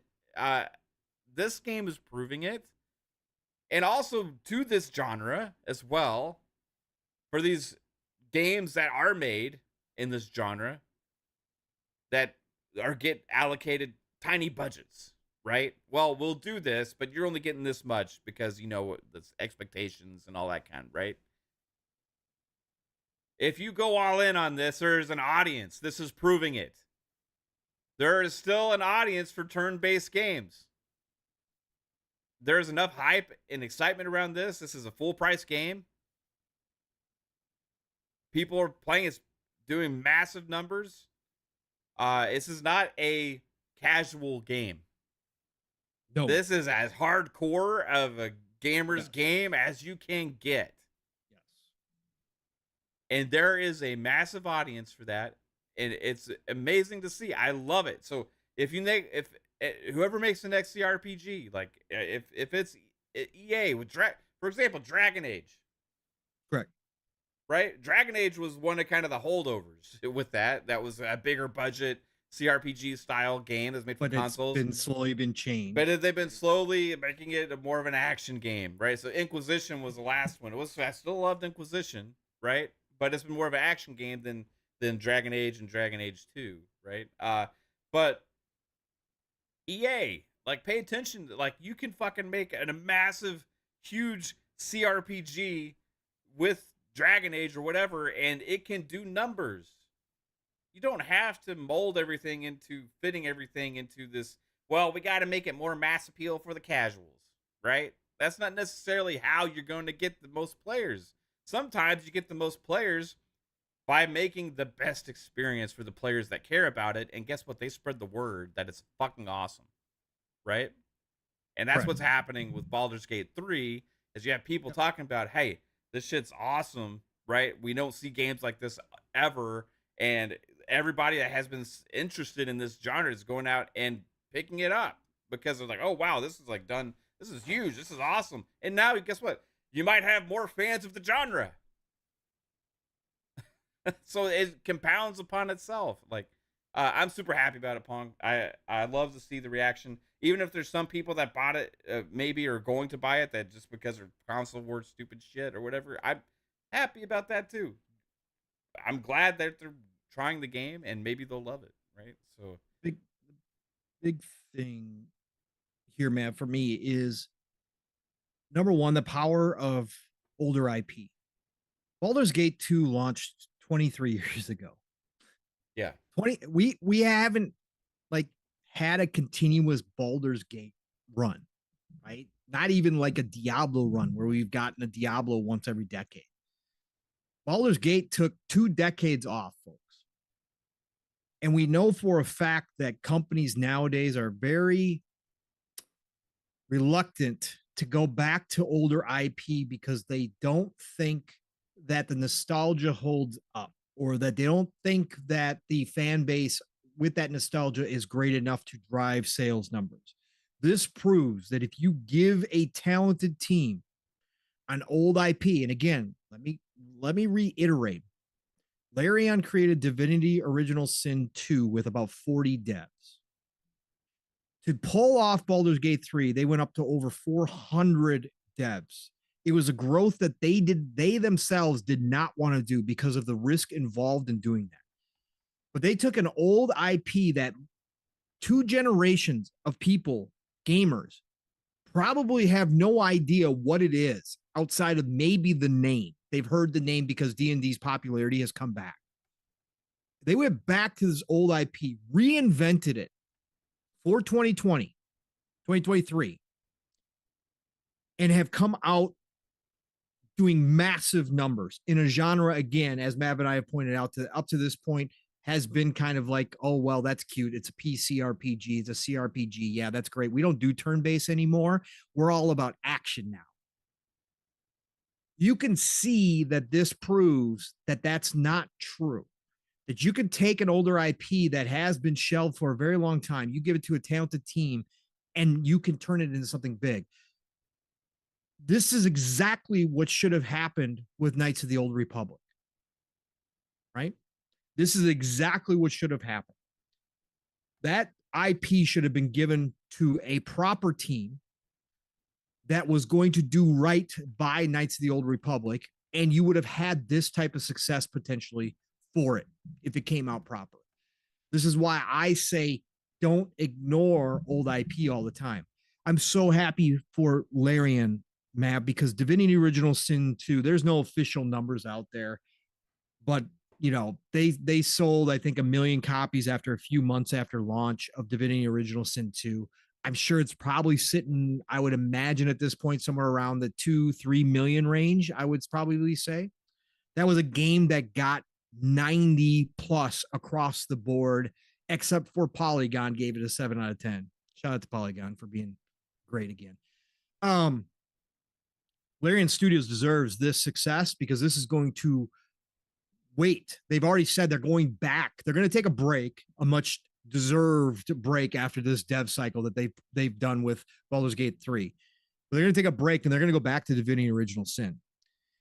Their next Divinity Original Sin off the back of this Baldur's Gate 3 success is going to be massive. People are going to go back and start playing Divinity Original Sin 2 after they get done with Baldur's Gate 3, as they start to get hyped for what could potentially happen with the next Divinity Original Sin. So Larian is now lined up for success.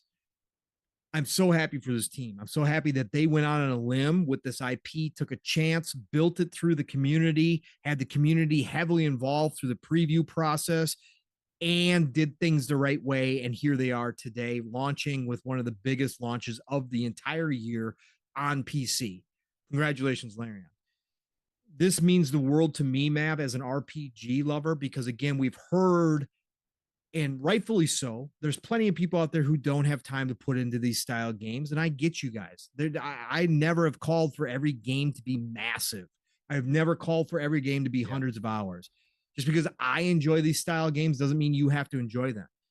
But the fact is, these RPGs, these massive RPGs, and we got another one coming in Starfield, just different style, are still viable, right? And that means a lot for somebody like me, somebody like Mav, who does love these games. Because even if most studios, and again, I take Josh Sawyer at face value. Again, he's one of the biggest names out there when it comes to devs. Like a lot of people know Josh Sawyer's names, and obviously he had a hand in making Obsidian what they are today.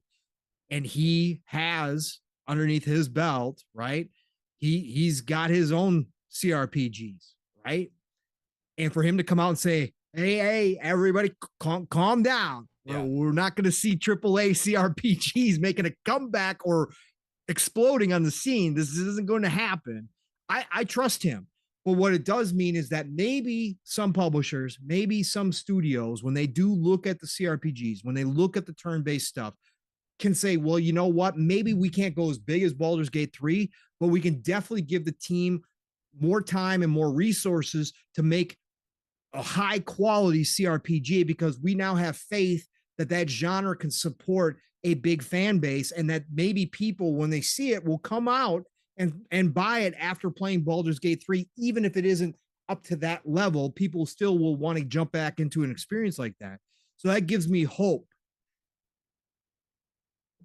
I'm just so happy today, Mav, to see something like this happen. Again, for Larry and for us as RPG fans, for D&D fan, for a guy who goes all the way back to tabletop gaming, who played D&D originally back in the day, second and third edition, especially, even some little first edition too. So I've been through this. To see a game like this really taking, yeah, they're using fifth edition rules, but it doesn't matter, based upon D&D, coming now in 2023 and bringing that tabletop experience to my screen in this form, in this fashion. Again, I played it for about 18 hours in preview. Unbelievable job, Larry. So this makes an old man happy. And this makes me even more happy that maybe some younger people, a lot of younger people, generations who didn't necessarily get into those type of games, now are going to experience for the first time in this high quality and become a fan again of turn-based RPGs. Again, I don't need every RPG to be a turn-based, but I need there to be a spot for them. And I again, we've gotten to the point now, and it's just social media. It's a bubble. It is what it is. It's small, but we do see a lot turn-based. I'm not playing turn-based. Get out of here with that turn-based. That's cool. If you're not in turn-based, I totally get it. But don't downplay these games. Don't act like everybody hates turn-based now. That's not true. And we're seeing it today with this game. So I hope everybody enjoys it. Shout out to Larian again for the job. I mean, again, hats off. Round of applause. You guys deserve this. And I hope this does open up eyes from publishers, from developers, that maybe we'll take a chance on a game maybe they put to the side or turn down. Maybe we'll get more of these down the road, because we've seen that happen too. Obviously, there's a lot of Elden Ring, a lot of Souls-like games coming out this year. Maybe starting next generation, maybe we'll see a couple more CRPGs show up. We know the return of RTSs are happening. Mav and I have talked about that a lot. Maybe we'll see the CRPGs come back in a big way too down the road. But I'm excited to play this game. I can't wait till we're done with the show. Be hopping in. I'll have a lot to say. Like I said, I'll be sharing out screenshots galore. It's just a really good time. It's the golden age of gaming, Mav. That's why we talked about that from the beginning when we started podcasting. And we started that hashtag, and I took it and ran with it. Golden age of gaming. This is one of the reasons, because these genres that a lot of people considered niche or dead or not viable anymore are proving to be anything but now. And I'm happy. Getting these games like we never got before, man. It's amazing. Yep. Absolutely. Eastside Vandal says, I used to be my friend's circle's dungeon master as a kid. Dude, that's awesome. That's awesome, man. Again, I was dungeon master every once in a while, but we actually had my one of my best friend's younger brother who enjoyed being dungeon master. He actually didn't enjoy playing D&D like as a character. He wanted to be in charge as a dungeon master, so he ran most of our games, which was fantastic. When you find somebody like that and they're good at it, it's awesome. Dungeons and Dragons is a classic. Yeah, I never played the tabletop stuff back in the day. I my love for D&D came from the video games. Like Neverwinter Nights was a special game for me, and it was a Dungeons and Dragons game by BioWare as well. It fit in this genre. But that's kind of what started this whole thing for me. And there's lots of games I love like it. And tabletops and books for me, started it all. But then I got into video, and then obviously video games started coming out based upon it. And it just added to it again. 2023, Matt, to be here today to see a quality of game like Baldur's Gate 3 based upon the D&D world, set up as like I'm playing a tabletop game, is a fantasy come true for it's younger like Pong. Time traveling a little bit, like to the excitement we'd have for one of those games back in the day, Yeah. and when they were the big games on PC, right? Yep. Yep. So awesome, man. Yeah. Anyway, So hyped. we did get a $2 super chat from Corey Krotzer. Appreciate it, Corey. It says, and sometimes it doesn't matter. Power Watch Sim, yeah, Yeah. Power Watch Sim took off. I fucking loved it. Mav was calling it game of the year at one point, folks. Because that was 2020. Was it 2022? There was nothing coming out, and I was just like loving playing Power Watch. And I'm like, well, fuck, this is a great experience. Love it. Yeah. Absolutely. Senor Click says his girlfriend is the dungeon master in his house. Never wins. We're not talking about that kind of dungeon. Yeah. Senor Click, keep your sex life out of it, brother. Yeah. It's a game show. Yeah. Love you, Click. Let's touch on this real quick, Mav, too. Because Sven Vinke, CEO of Larian Studios, had some quotes. They had a video interview, but a couple of his quotes, Idle Sloth put this out. Shout out to Idle Sloth as always. Again, just great work out here in the community. Believes Xbox Series S does not hold back gaming. Quote, I think it's an okay proposition to say we have two devices. We want compatibility across those devices. Quote, they just take development efforts. Those are his two main quotes about this. Now we had another Remedy dev come out this week and say bullshit. I feel bad for the Larian devs. The S is a problem. The usual. We've got some devs in the camp that the S is the worst thing ever created. And then we've got other devs that say, no, it's actually not. It just does take some more effort. Something that we've talked about a lot here, Mav, as the games have come out on the S and as this generation goes on, and we've had issues pop up here and there, some directly related to the S and some people just putting on the S, even though, 30 days, 60 days, 90 days, all of a sudden there's magically a patch and the S version is just great and everybody's fine. So we talked to 3-Bit about this live in public, and we talked to him behind the scenes now. So we're not speaking out of turn here. 3-Bit will tell you too, somebody who's been in the dev field, who's worked with a lot of major devs himself. If it was up to the devs, if you gave the entire development community truth serum and you locked them down on a chair and said, you're not leaving until you answer this question, most devs, just from a standpoint of what it takes to make a game, would tell you that if they had their way, there would be one type of PC and it would have the 4090, whatever level currently is the ultimate level of tech in it. And that's all they would develop for at the end of the day, because that would make their lives easier than shit, right? If that's everybody had a top of the line PC and that's all the devs had to worry about, the devs would be happier than pigs in shit. Their dev cycles would be cut down and it would be a great utopia for game devs. But the truth is, as we've talked about a billion times, you have to take account all the consoles that you're making the games for on top of the PC world. And then within the PC itself realm, there's a million different levels. Whatever you set your minimum spec requirements at, that's your lowest common denominator. There's not too many games that lowest common denominator can be argued is more powerful than the Series S at the end of the day. Different, yes, of course, development different for console versus PC, but just from a pure spec standpoint, there are very few games coming out nowadays, Mal, that are, again, making their games run on PCs that are greater than the Series S, right? Most of them are still below the Series S in minimum spec quality.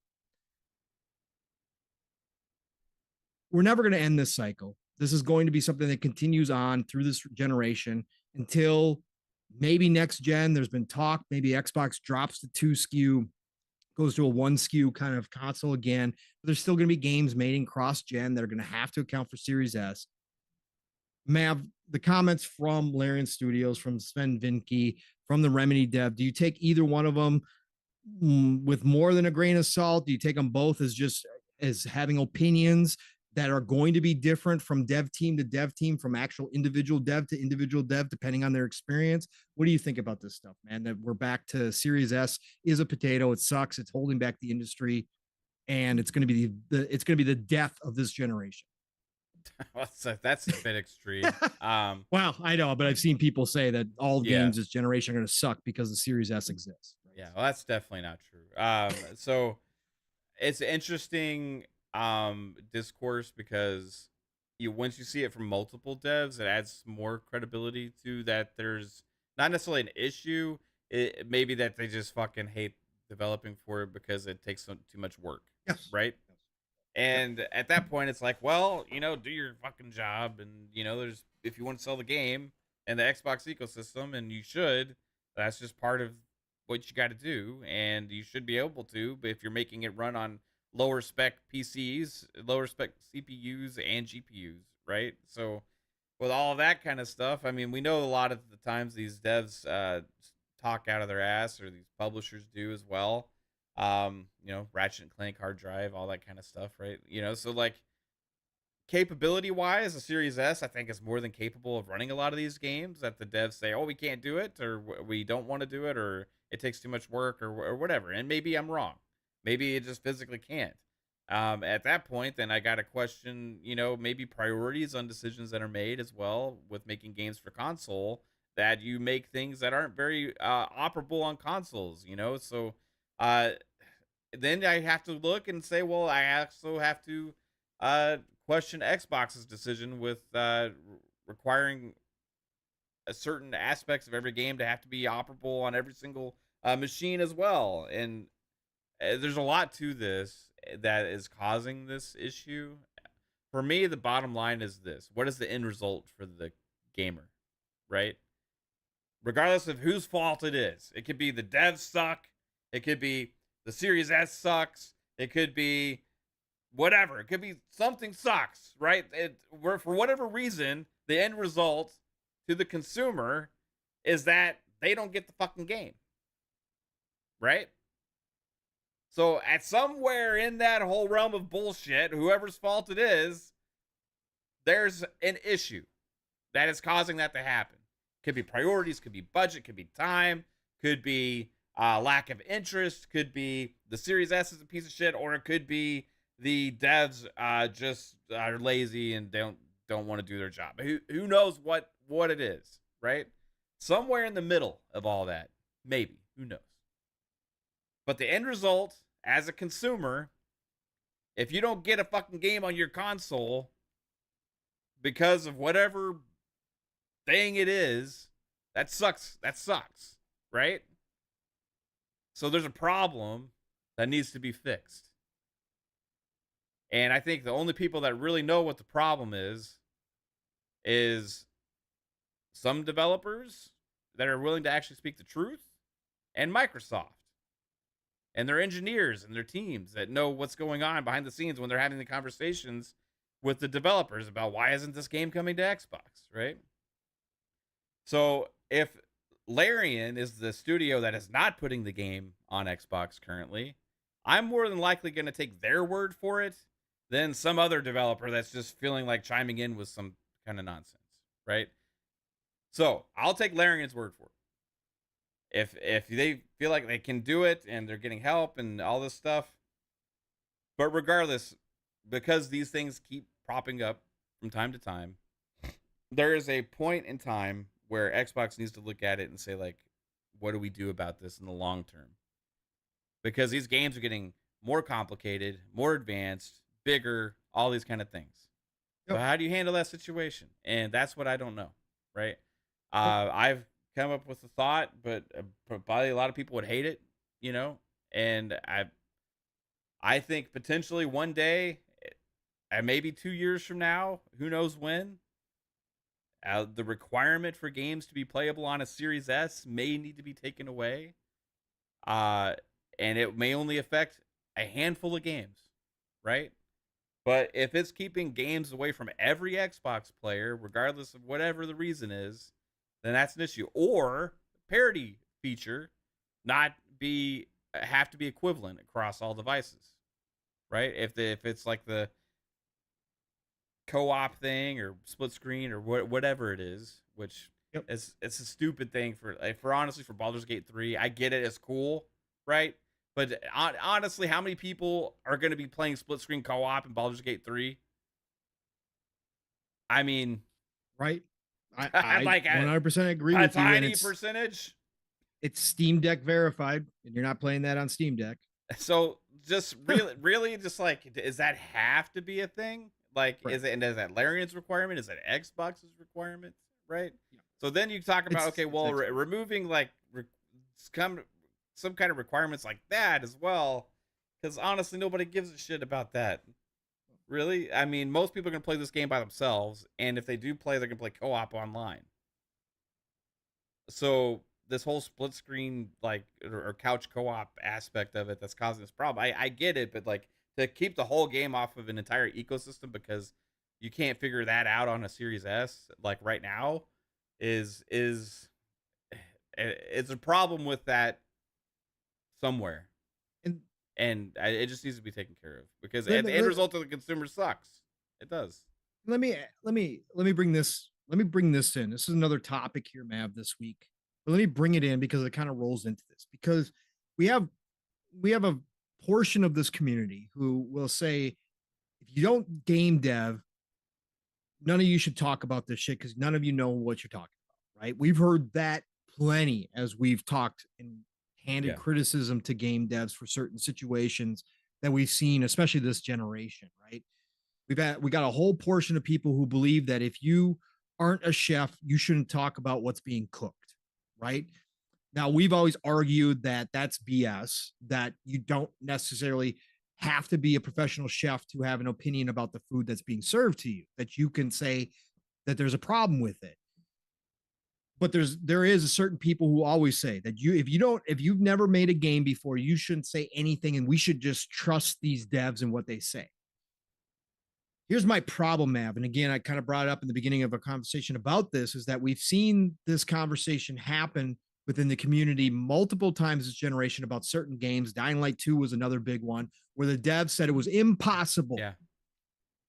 And 30 days, 60 days, 90 days later, we have a patch, right? Oh, so amazing patch too. Right. The fact is that devs will and have and do lie. Okay. Period. Point blank. Right? It is. It's a thing. We're human beings.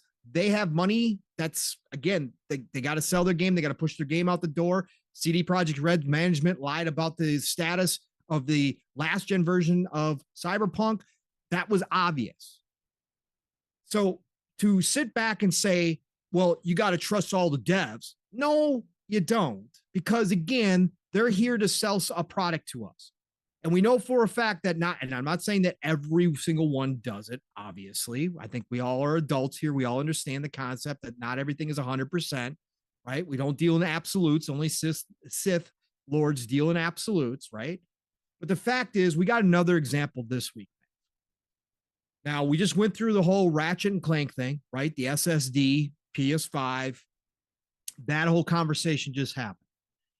This week, man, we've got a very well-respected studio that came out with kind of a head scratcher. And I'm talking about Respawn. And I'm talking about Jedi Survivor. Yeah. Oh, yes. Yeah. Let me bring this in because it's relevant to what we're talking about here.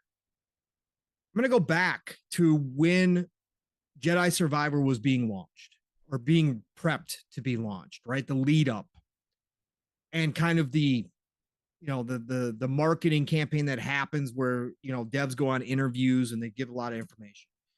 So I want to go back to an article from Play Magazine. And I'm just going to read a short synopsis, a little clip of it real quick. Respawn's Entertainment's upcoming Star Wars Jedi Survivor continues the adventures of Cal Kestis on the Xbox Series and PlayStation 5. The next-gen Star Wars game aims to be a huge improvement over 2019's Fallen Order. So much so that it couldn't exist on PlayStation 4 and Xbox One. Speaking to Play Magazine, game director Stig Asmussen explained why the new Star Wars game is next-gen only. While Fallen Order was a visual treat on last-gen machines, the Souls-like sci-fi game pushed them to their limits. Asmussen explained that the massive additions to the upcoming sequel make it impossible to bring to the Xbox One and PlayStation 4. With larger environments, higher enemy counts, and massively improved visuals, Star Wars Jedi Survivor just isn't feasible on older consoles. Quote, New consoles allow us to create much larger maps with more detail, greater density, more enemy NPC variety, and overall fidelity. We didn't want to break what we did in the first game. We wanted to evolve and enhance the experience. End quote. The upcoming Star Wars game has made sweeping additions to the Jedi formula. For example, the game's much larger maps have resulted in the addition of rideable animals that Cal Kestis can use to move around the environment. Additionally, players will be able to quickly fast travel due to the speed of the PlayStation 5 and Xbox Series consoles SSDs. Man, we get word this week that Respawn are making a PlayStation 4 and Xbox One version of Jedi Survivor. So prior to launch, they're telling us impossible, man. Impossible. Can't be done. The scope, the size, the speed of the SSDs, all of that now is being used. Impossible. We would not be able to get our vision to work on a PlayStation 4 and Xbox One. How many months has it been since launch, Mav? 3, 4? Around that. Right around like there? That, yeah. Magically, Mav, the impossible is now possible. Again, marketing speak. Again, I said that devs lie. I mean, again, take that for however you will. It's marketing speak. It's bullshit at the end of the day. Devs do this to cover their behinds in the work that it would take to do something like this. Maybe they don't have the time. Maybe the pub is pushing it out the door. Maybe management is pushing them. So they say things that they aren't necessarily true. Again, you can't, just because we're not devs doesn't mean we have to take everything and just gobble it up and be like, oh, yes. Oh, they told me this is the way. So this is the way. No, they're human beings too. And there's motives behind what they do. But I just thought it was interesting to bring in this conversation here, Matt. What do you think about Star Wars Survivor, Jedi Survivor coming to last gen consoles when we were told it was impossible, that the experience was only next gen? Part of me has a little hope here, Pong. Yeah. That the last gen version might be more playable on a next gen console than the current gen version because the performance mode sucks ass. It was really bad. It's blurry as shit. There's fucking, frame issues all over the place and stuff. And I'm wondering if maybe they won't have this baked in ray tracing and all this stuff on the last gen version, right? That, you know what, may make the game perform better if you put it on next gen consoles. That's just a thought, a hypothetical. I would rather them put their resources into fixing the fucking game that they have out now instead of figuring out a way to sell it to more people first. Right? Correct. I bought Jedi Survivor. I like the game, but it's just nowhere near like a smooth experience. Like some games get passes on this shit. It drives me absolute crazy. Like we talk about our conversation earlier, that game potentially have like a 3 frame per second dip in this one little segment in this one part of the game that nobody ever noticed, but like somebody points it out and it's a huge deal. But then like a game has massive performance issues and like honestly, it looks like dog shit in performance mode, right? Like compared, if I put Jedi Fallen Order next to Jedi Survivor, like honestly, Jedi Fallen Order looks better on a Series X than Jedi Survivor does. So you tell me that's the next gen experience? Whoop-de fucking do, man. Yeah, thanks for making my experience worse because you try to cram all this shit in that I don't care about. I care more about performance. So anyway, like give us more options and more modes and fix the freaking versions that we have now, please. So that way I can enjoy the game better, right? And maybe this is the answer to that. I don't know, but like it's just it's weird. This is also another aspect of this, Pong. Yeah. That people aren't really thinking about, and I'm curious how this is going to work. EA has been one of the companies that has been on board with like maybe you buy the next gen version for $70, whatever, but you also get the Xbox One version. Same on Correct. PlayStation. You get the $70 version. You also get the PS4 version, right? Yep. Yep. Are they going to retroactively benefit Xbox One owners with if they already bought the Series X? If they have Xbox Ones as well, are they going to get the Xbox One version for free? I had to guess no. That would be kind of fucked up because you didn't release it at the same time. Correct. Correct. So just a thought, putting it out there early Yep. on, Yep. bypassing the whole thing, like, hey, pity to you old last generation players, play this version of the game and buy it. And then have to buy it again when you eventually upgrade. Mm-hmm. That would suck. Yep. It So would. I'm just saying, keep your eyes on that, everybody. But besides that, yeah. Good news is it's going to come to EA Play if you got Game Yeah. Pass Ultimate. Yep, it's true. Like me, I didn't buy Survivor, so I'm going to wait on it, right? But I think that the people that want to complain about people talking about devs and about games and about what can be done and what can't be done, I think need to start maybe taking a seat and taking a look around a little bit here and realizing what's going on and that there is some funny business behind the scenes, that devs aren't upfront with information. Again, this industry, I've complained about this nonstop. This is one of the most secretive industries in the world. They're not transparent.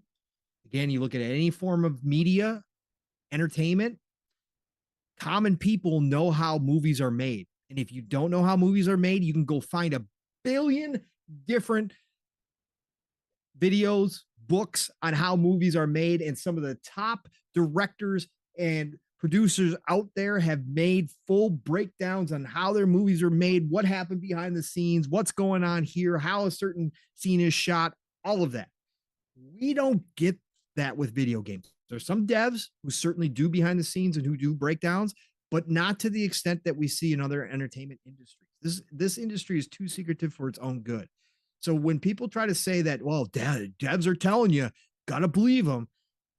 No, I'm not going to, because again, there's way too much that they hide, that they try to act like our magic, right? It's amazing.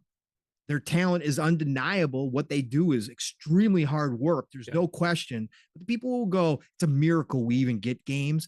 I always kind of smirk at those people. I'm like, nah, it's not a miracle. It's money, it's business, it's a lot of talent. It's not a miracle games are put out.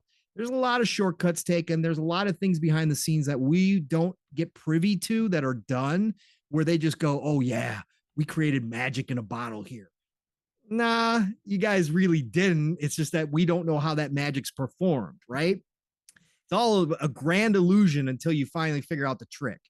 So, again, not taking away anything from devs and what they do. Again, they put in extreme work to get this done. They have an amazing amount of talent to put out the things that we get to play. But at the same time, there are certain things that they play hide and seek with that they wouldn't want us knowing, because then we would have real questions and real discussions about some of the things that are said and about the way the games come out. And again, it's not always the devs, it's publishers, it's upper management that makes business decisions nowadays that screw up a lot of games. But just some of what they say, half truths sometimes. That's all. Yep. Go ahead. No, I was just gonna say the whole thing about, like, I do respect devs. I think they Absolutely do great work. It's amazing. A lot of stuff's amazing that they create artists, and we have to be really smart to do all the coding stuff, programming, all these things. Like, it's amazing. The whole team effort of all these people to come together, the composers, the animators. You got the mocap stuff. I mean, there's so many different aspects. It's ridiculously complex, insane, right? Yep. It's amazing. Love all of it, and I got respect for everybody that does it.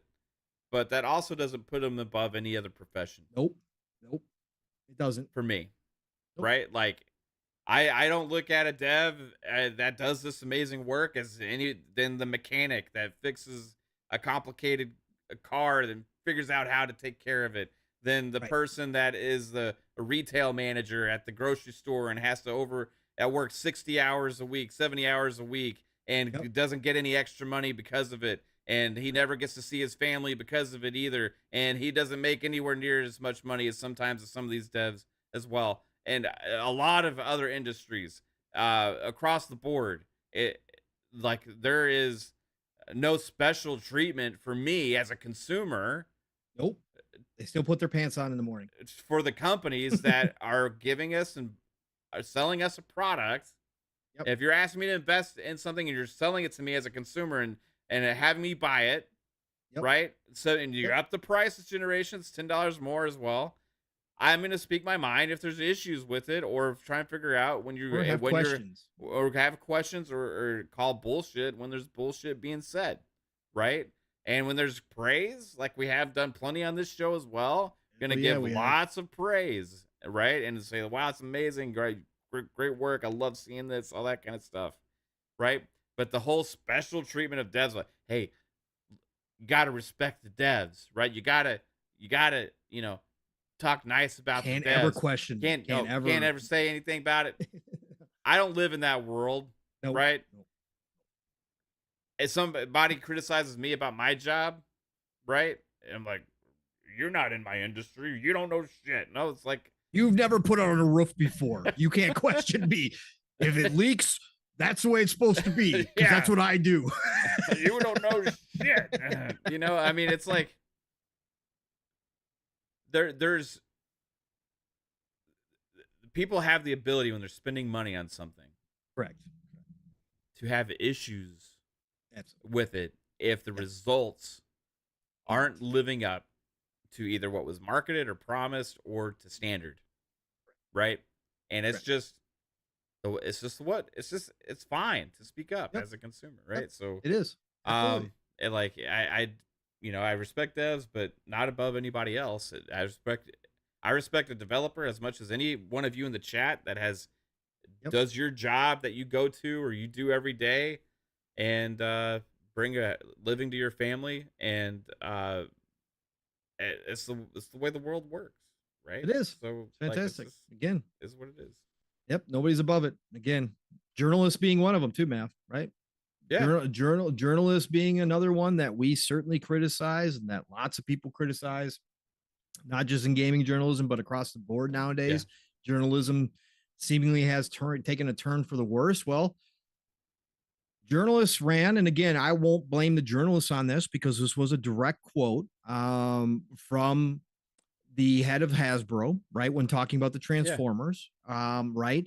They took that and ran, but then I saw certain journalists say, well, your PR department should have given us correct information, as if the PR department knows everything about the company. They simply said we have nothing to add on the subject. When the Activision Blizzard PR team was asked about the code for Transformers being lost or misplaced or Hmm. whatever the case may be, PR department said we have nothing at this time to add. But Christopher Dring, again, somebody who I have praised as somebody who enjoys writing sometimes, but he's certainly got himself in hot water with the community by some of his comments in the past, came out and said, well, we wouldn't have had these articles if your people would have said, you'll explain the situation better, because this week Lulu took it upon herself to come out and correct the record and said, the headlines are wrong. We have the code. It's not lost and never was. Again, criticism or criticisms due. If Activision had misplaced the code, we made fun of it last week because we were talking about, Aaron Greenberg going down in the basement and Yeah, trying to find the cardboard box labeled miscellaneous with the hard drives in it, right? We were making fun of it. But good news here, Matt. Good news. I didn't want to spin this into a negative. I want to spin this into a good. The fact that Lulu came out and confirmed that they do have the code for Transformers, the old Transformers games. The fact that, again, Hasbro's their CEO came out and said, we love to have those games when this Activision Blizzard King deal closes, that Xbox, hey, we'd love to see them come back and be available and be on Game Pass. It's an easy ad, was a direct quote to Game Pass. The fact that we now know, according to Lulu, that they have the code, Mav, Transformer games are a reality, brother, once we get this deal done. What you think about that, man? yeah. I'm excited for it. I think Yeah. the um I again, like, I like those games a lot. I played a lot of them. Yeah. I had a lot of fun with it. I want more for Transformers than what those games were, right? So I'm hoping if they do bring those, that they generates more interest and we create the epic all-time great Transformers game, right? Right. Because those are the best that exist currently. There's one other one in development that we don't have a whole lot of information on right now. We've seen a trailer, and we know that Splash Damage is currently working on it, and so we'll see what that game turns into. But man, I want an all out. Like I said, put all your all into it, go big, and spend the years and time it takes to make a great experience, and people will play it. We haven't never gotten that from Transformers before, Right. right? So that's what I want from it. I want to get your quick thoughts on that too, Pong. But after I got to Yeah. run. So What? yeah, I'm at to call it. I'm sorry. You got to run? Yeah, but I want Okay. your thoughts on Transformers first. I didn't know we had a time limit tonight. Yeah, I got something I gotta go do. Oh my God. Okay. All right. Yeah, Yeah. yeah. No. Transformers, absolutely fantastic. Again, I've said from the beginning, I didn't get a chance to really play these games. I think I might have played one a little bit, but I really didn't. Even as a Gen One fan, I really didn't get into these games. So I said last week when we heard about the Hasbro news that they want these games to come back, I was like, absolutely. If we can get the acquisition through, and this is part of the backwards compatibility, which they are, if we can get those added back in and available and on Game Pass, hell yeah, I'll go back and try these games out. And like I said last week, it opens the door, like you just said, Mav, to the potential for maybe an IP deal with Hasbro for Transformers, for G.I. Joe. Again, Xbox, we talked about it, could use some, IP, could use not IP in general, but could use some licensed IP. They could use some big, Yeah. and Transformers is as big as Marvel and Spider-Man. No, it's not as big, but does it still have relevance? Hell yeah, Transformers still has relevance. They're still putting out movies. So go. Hasbro seems like open arms, like, hey, come, we want our games out there. So I would definitely take advantage. Again, that's one of the calls I'd be making about Phil, knowing this information. And yeah, these older games absolutely got to be put back onto Game Pass as soon as this acquisition is done. Make that happen. It would be a huge boon to Game Pass, to Xbox ecosystem in general, to have those available. So absolutely great to hear this. I'm glad Lulu confirmed that they haven't lost it. They have the code. Everything's good. That increases the chances that this actually happens. So, all right. As you just heard Mav say, I'm sorry. we have to break the show a little earlier than expected, which is okay. I mean, again, I'm sad because I was having a really good time. We had a couple other smaller topics coming in here. Quake 2 got confirmed. It sounds like that we're going to have a new remastered version of Quake 2 coming out, which is great. So I did want to get in a little bit of that with Matt, but we got to go. So this has been a fantastic show. I get to go play Baldur's Gate 3, so I'm not necessarily all sad. But we had a great show tonight. Great conversations. You got some rants from me and Mav, which I knew was going to happen. Chad, I'm glad you enjoyed the rants that we had about Starfield and about this nonsense out here. So thank you all for joining us. Huge, another again turnout tonight. Appreciate all of you. We're getting closer and closer to 4K for Fun Speculation Network. That is going to be a big moment as well. So thank you for that. Share it out. Tell your people, come join me and Mav on Thursday night, Xbox Ultimate on Friday night, FSPs on Monday, whatever. Tell everybody. But Mav, tell everybody what you got going on Xbox Ultimate tomorrow night. Yeah, go. Maybe we can pick up on some of these other smaller topics tomorrow night on Xbox Ultimate, bro. Sounds good. Yeah, check us out tomorrow night at 10 p.m. Eastern Time. Xbox Ultimate Podcast. We will be live and bringing you all the news. Maybe there's some fun stuff to talk about. We'll give more impressions on Baldur's Gate as well, even though it's not on Xbox currently. But I want to talk about it anyway because I will be playing it later. And besides that, Mondays Fun Speculation Podcast at 10 p.m. Eastern Time as well, and then back here on Thursdays 7 p.m. Eastern for PM in the PM. And then if there's any massive things I want to talk about, maybe a Mavcast here and there. There you go. Pong Soul. Yep. You guys all know the drill. Yep, can be names and found. places. You guys all know the drill. And hey, everybody asking me to stream. I'm not quite set up yet for streaming. I'm going to get there. I'm for sure going to be ready for Starfield, but I'm going to probably have some test runs coming up in the couple weeks with Baldur's Gate 3 because I do want to get ready. I want to be streaming Starfield from day one. So I know you all want me to be streaming. I want to be streaming. I'm going to get there. I promise. Just not quite yet tonight. Tonight's going to just be me in Baldur's Gate 3, but I will be sharing screenshots. Love you all for that, though. I love all the support out here. Pong Soul on Xbox, Pong Soul on Twitter. You guys all know the drill there. Again, tomorrow night, Xbox Ultimate. I'll be back this week. A lot to talk about with Baldur's Gate 3 and more. Saturday mornings, it's Living Split Screen. Myself, my brother from another, Steel Rain. We get you up in the morning, 10 a.m. Eastern, 9 o'clock Central Time. Be there. Please spread the word. We are still on Mission 1K. We're going to have a great show Saturday morning, Living Split Screen. Be there. Split Screen is all one word. Saturday night, the Shop Podcast, PTK Blam, Fuzzy Belvedere, myself, and I think this week we have Game Pass Daily on this week. Retri is going to be on with us on Saturday night. So we're going to have great conversation there. 9 p.m. Eastern, 8 o'clock Central Time, Saturday night, the Shop Podcast, PTK Blam's channel. Otherwise, you know the drill next week. You know how it all goes. We got to get Mav out of here. Love you all. It's the golden age of gaming. Play what you love what you play. Get out there, enjoy your Friday. I hope it's a great one. I'm going to be having a blast in Baldur's Gate 3 on a day off. Oh my God, I can't wait. Yeah. Love you all. You guys have a great rest of your week, and we'll talk to you real soon. Mav, get us out. Peace out, everyone. Have a fantastic night.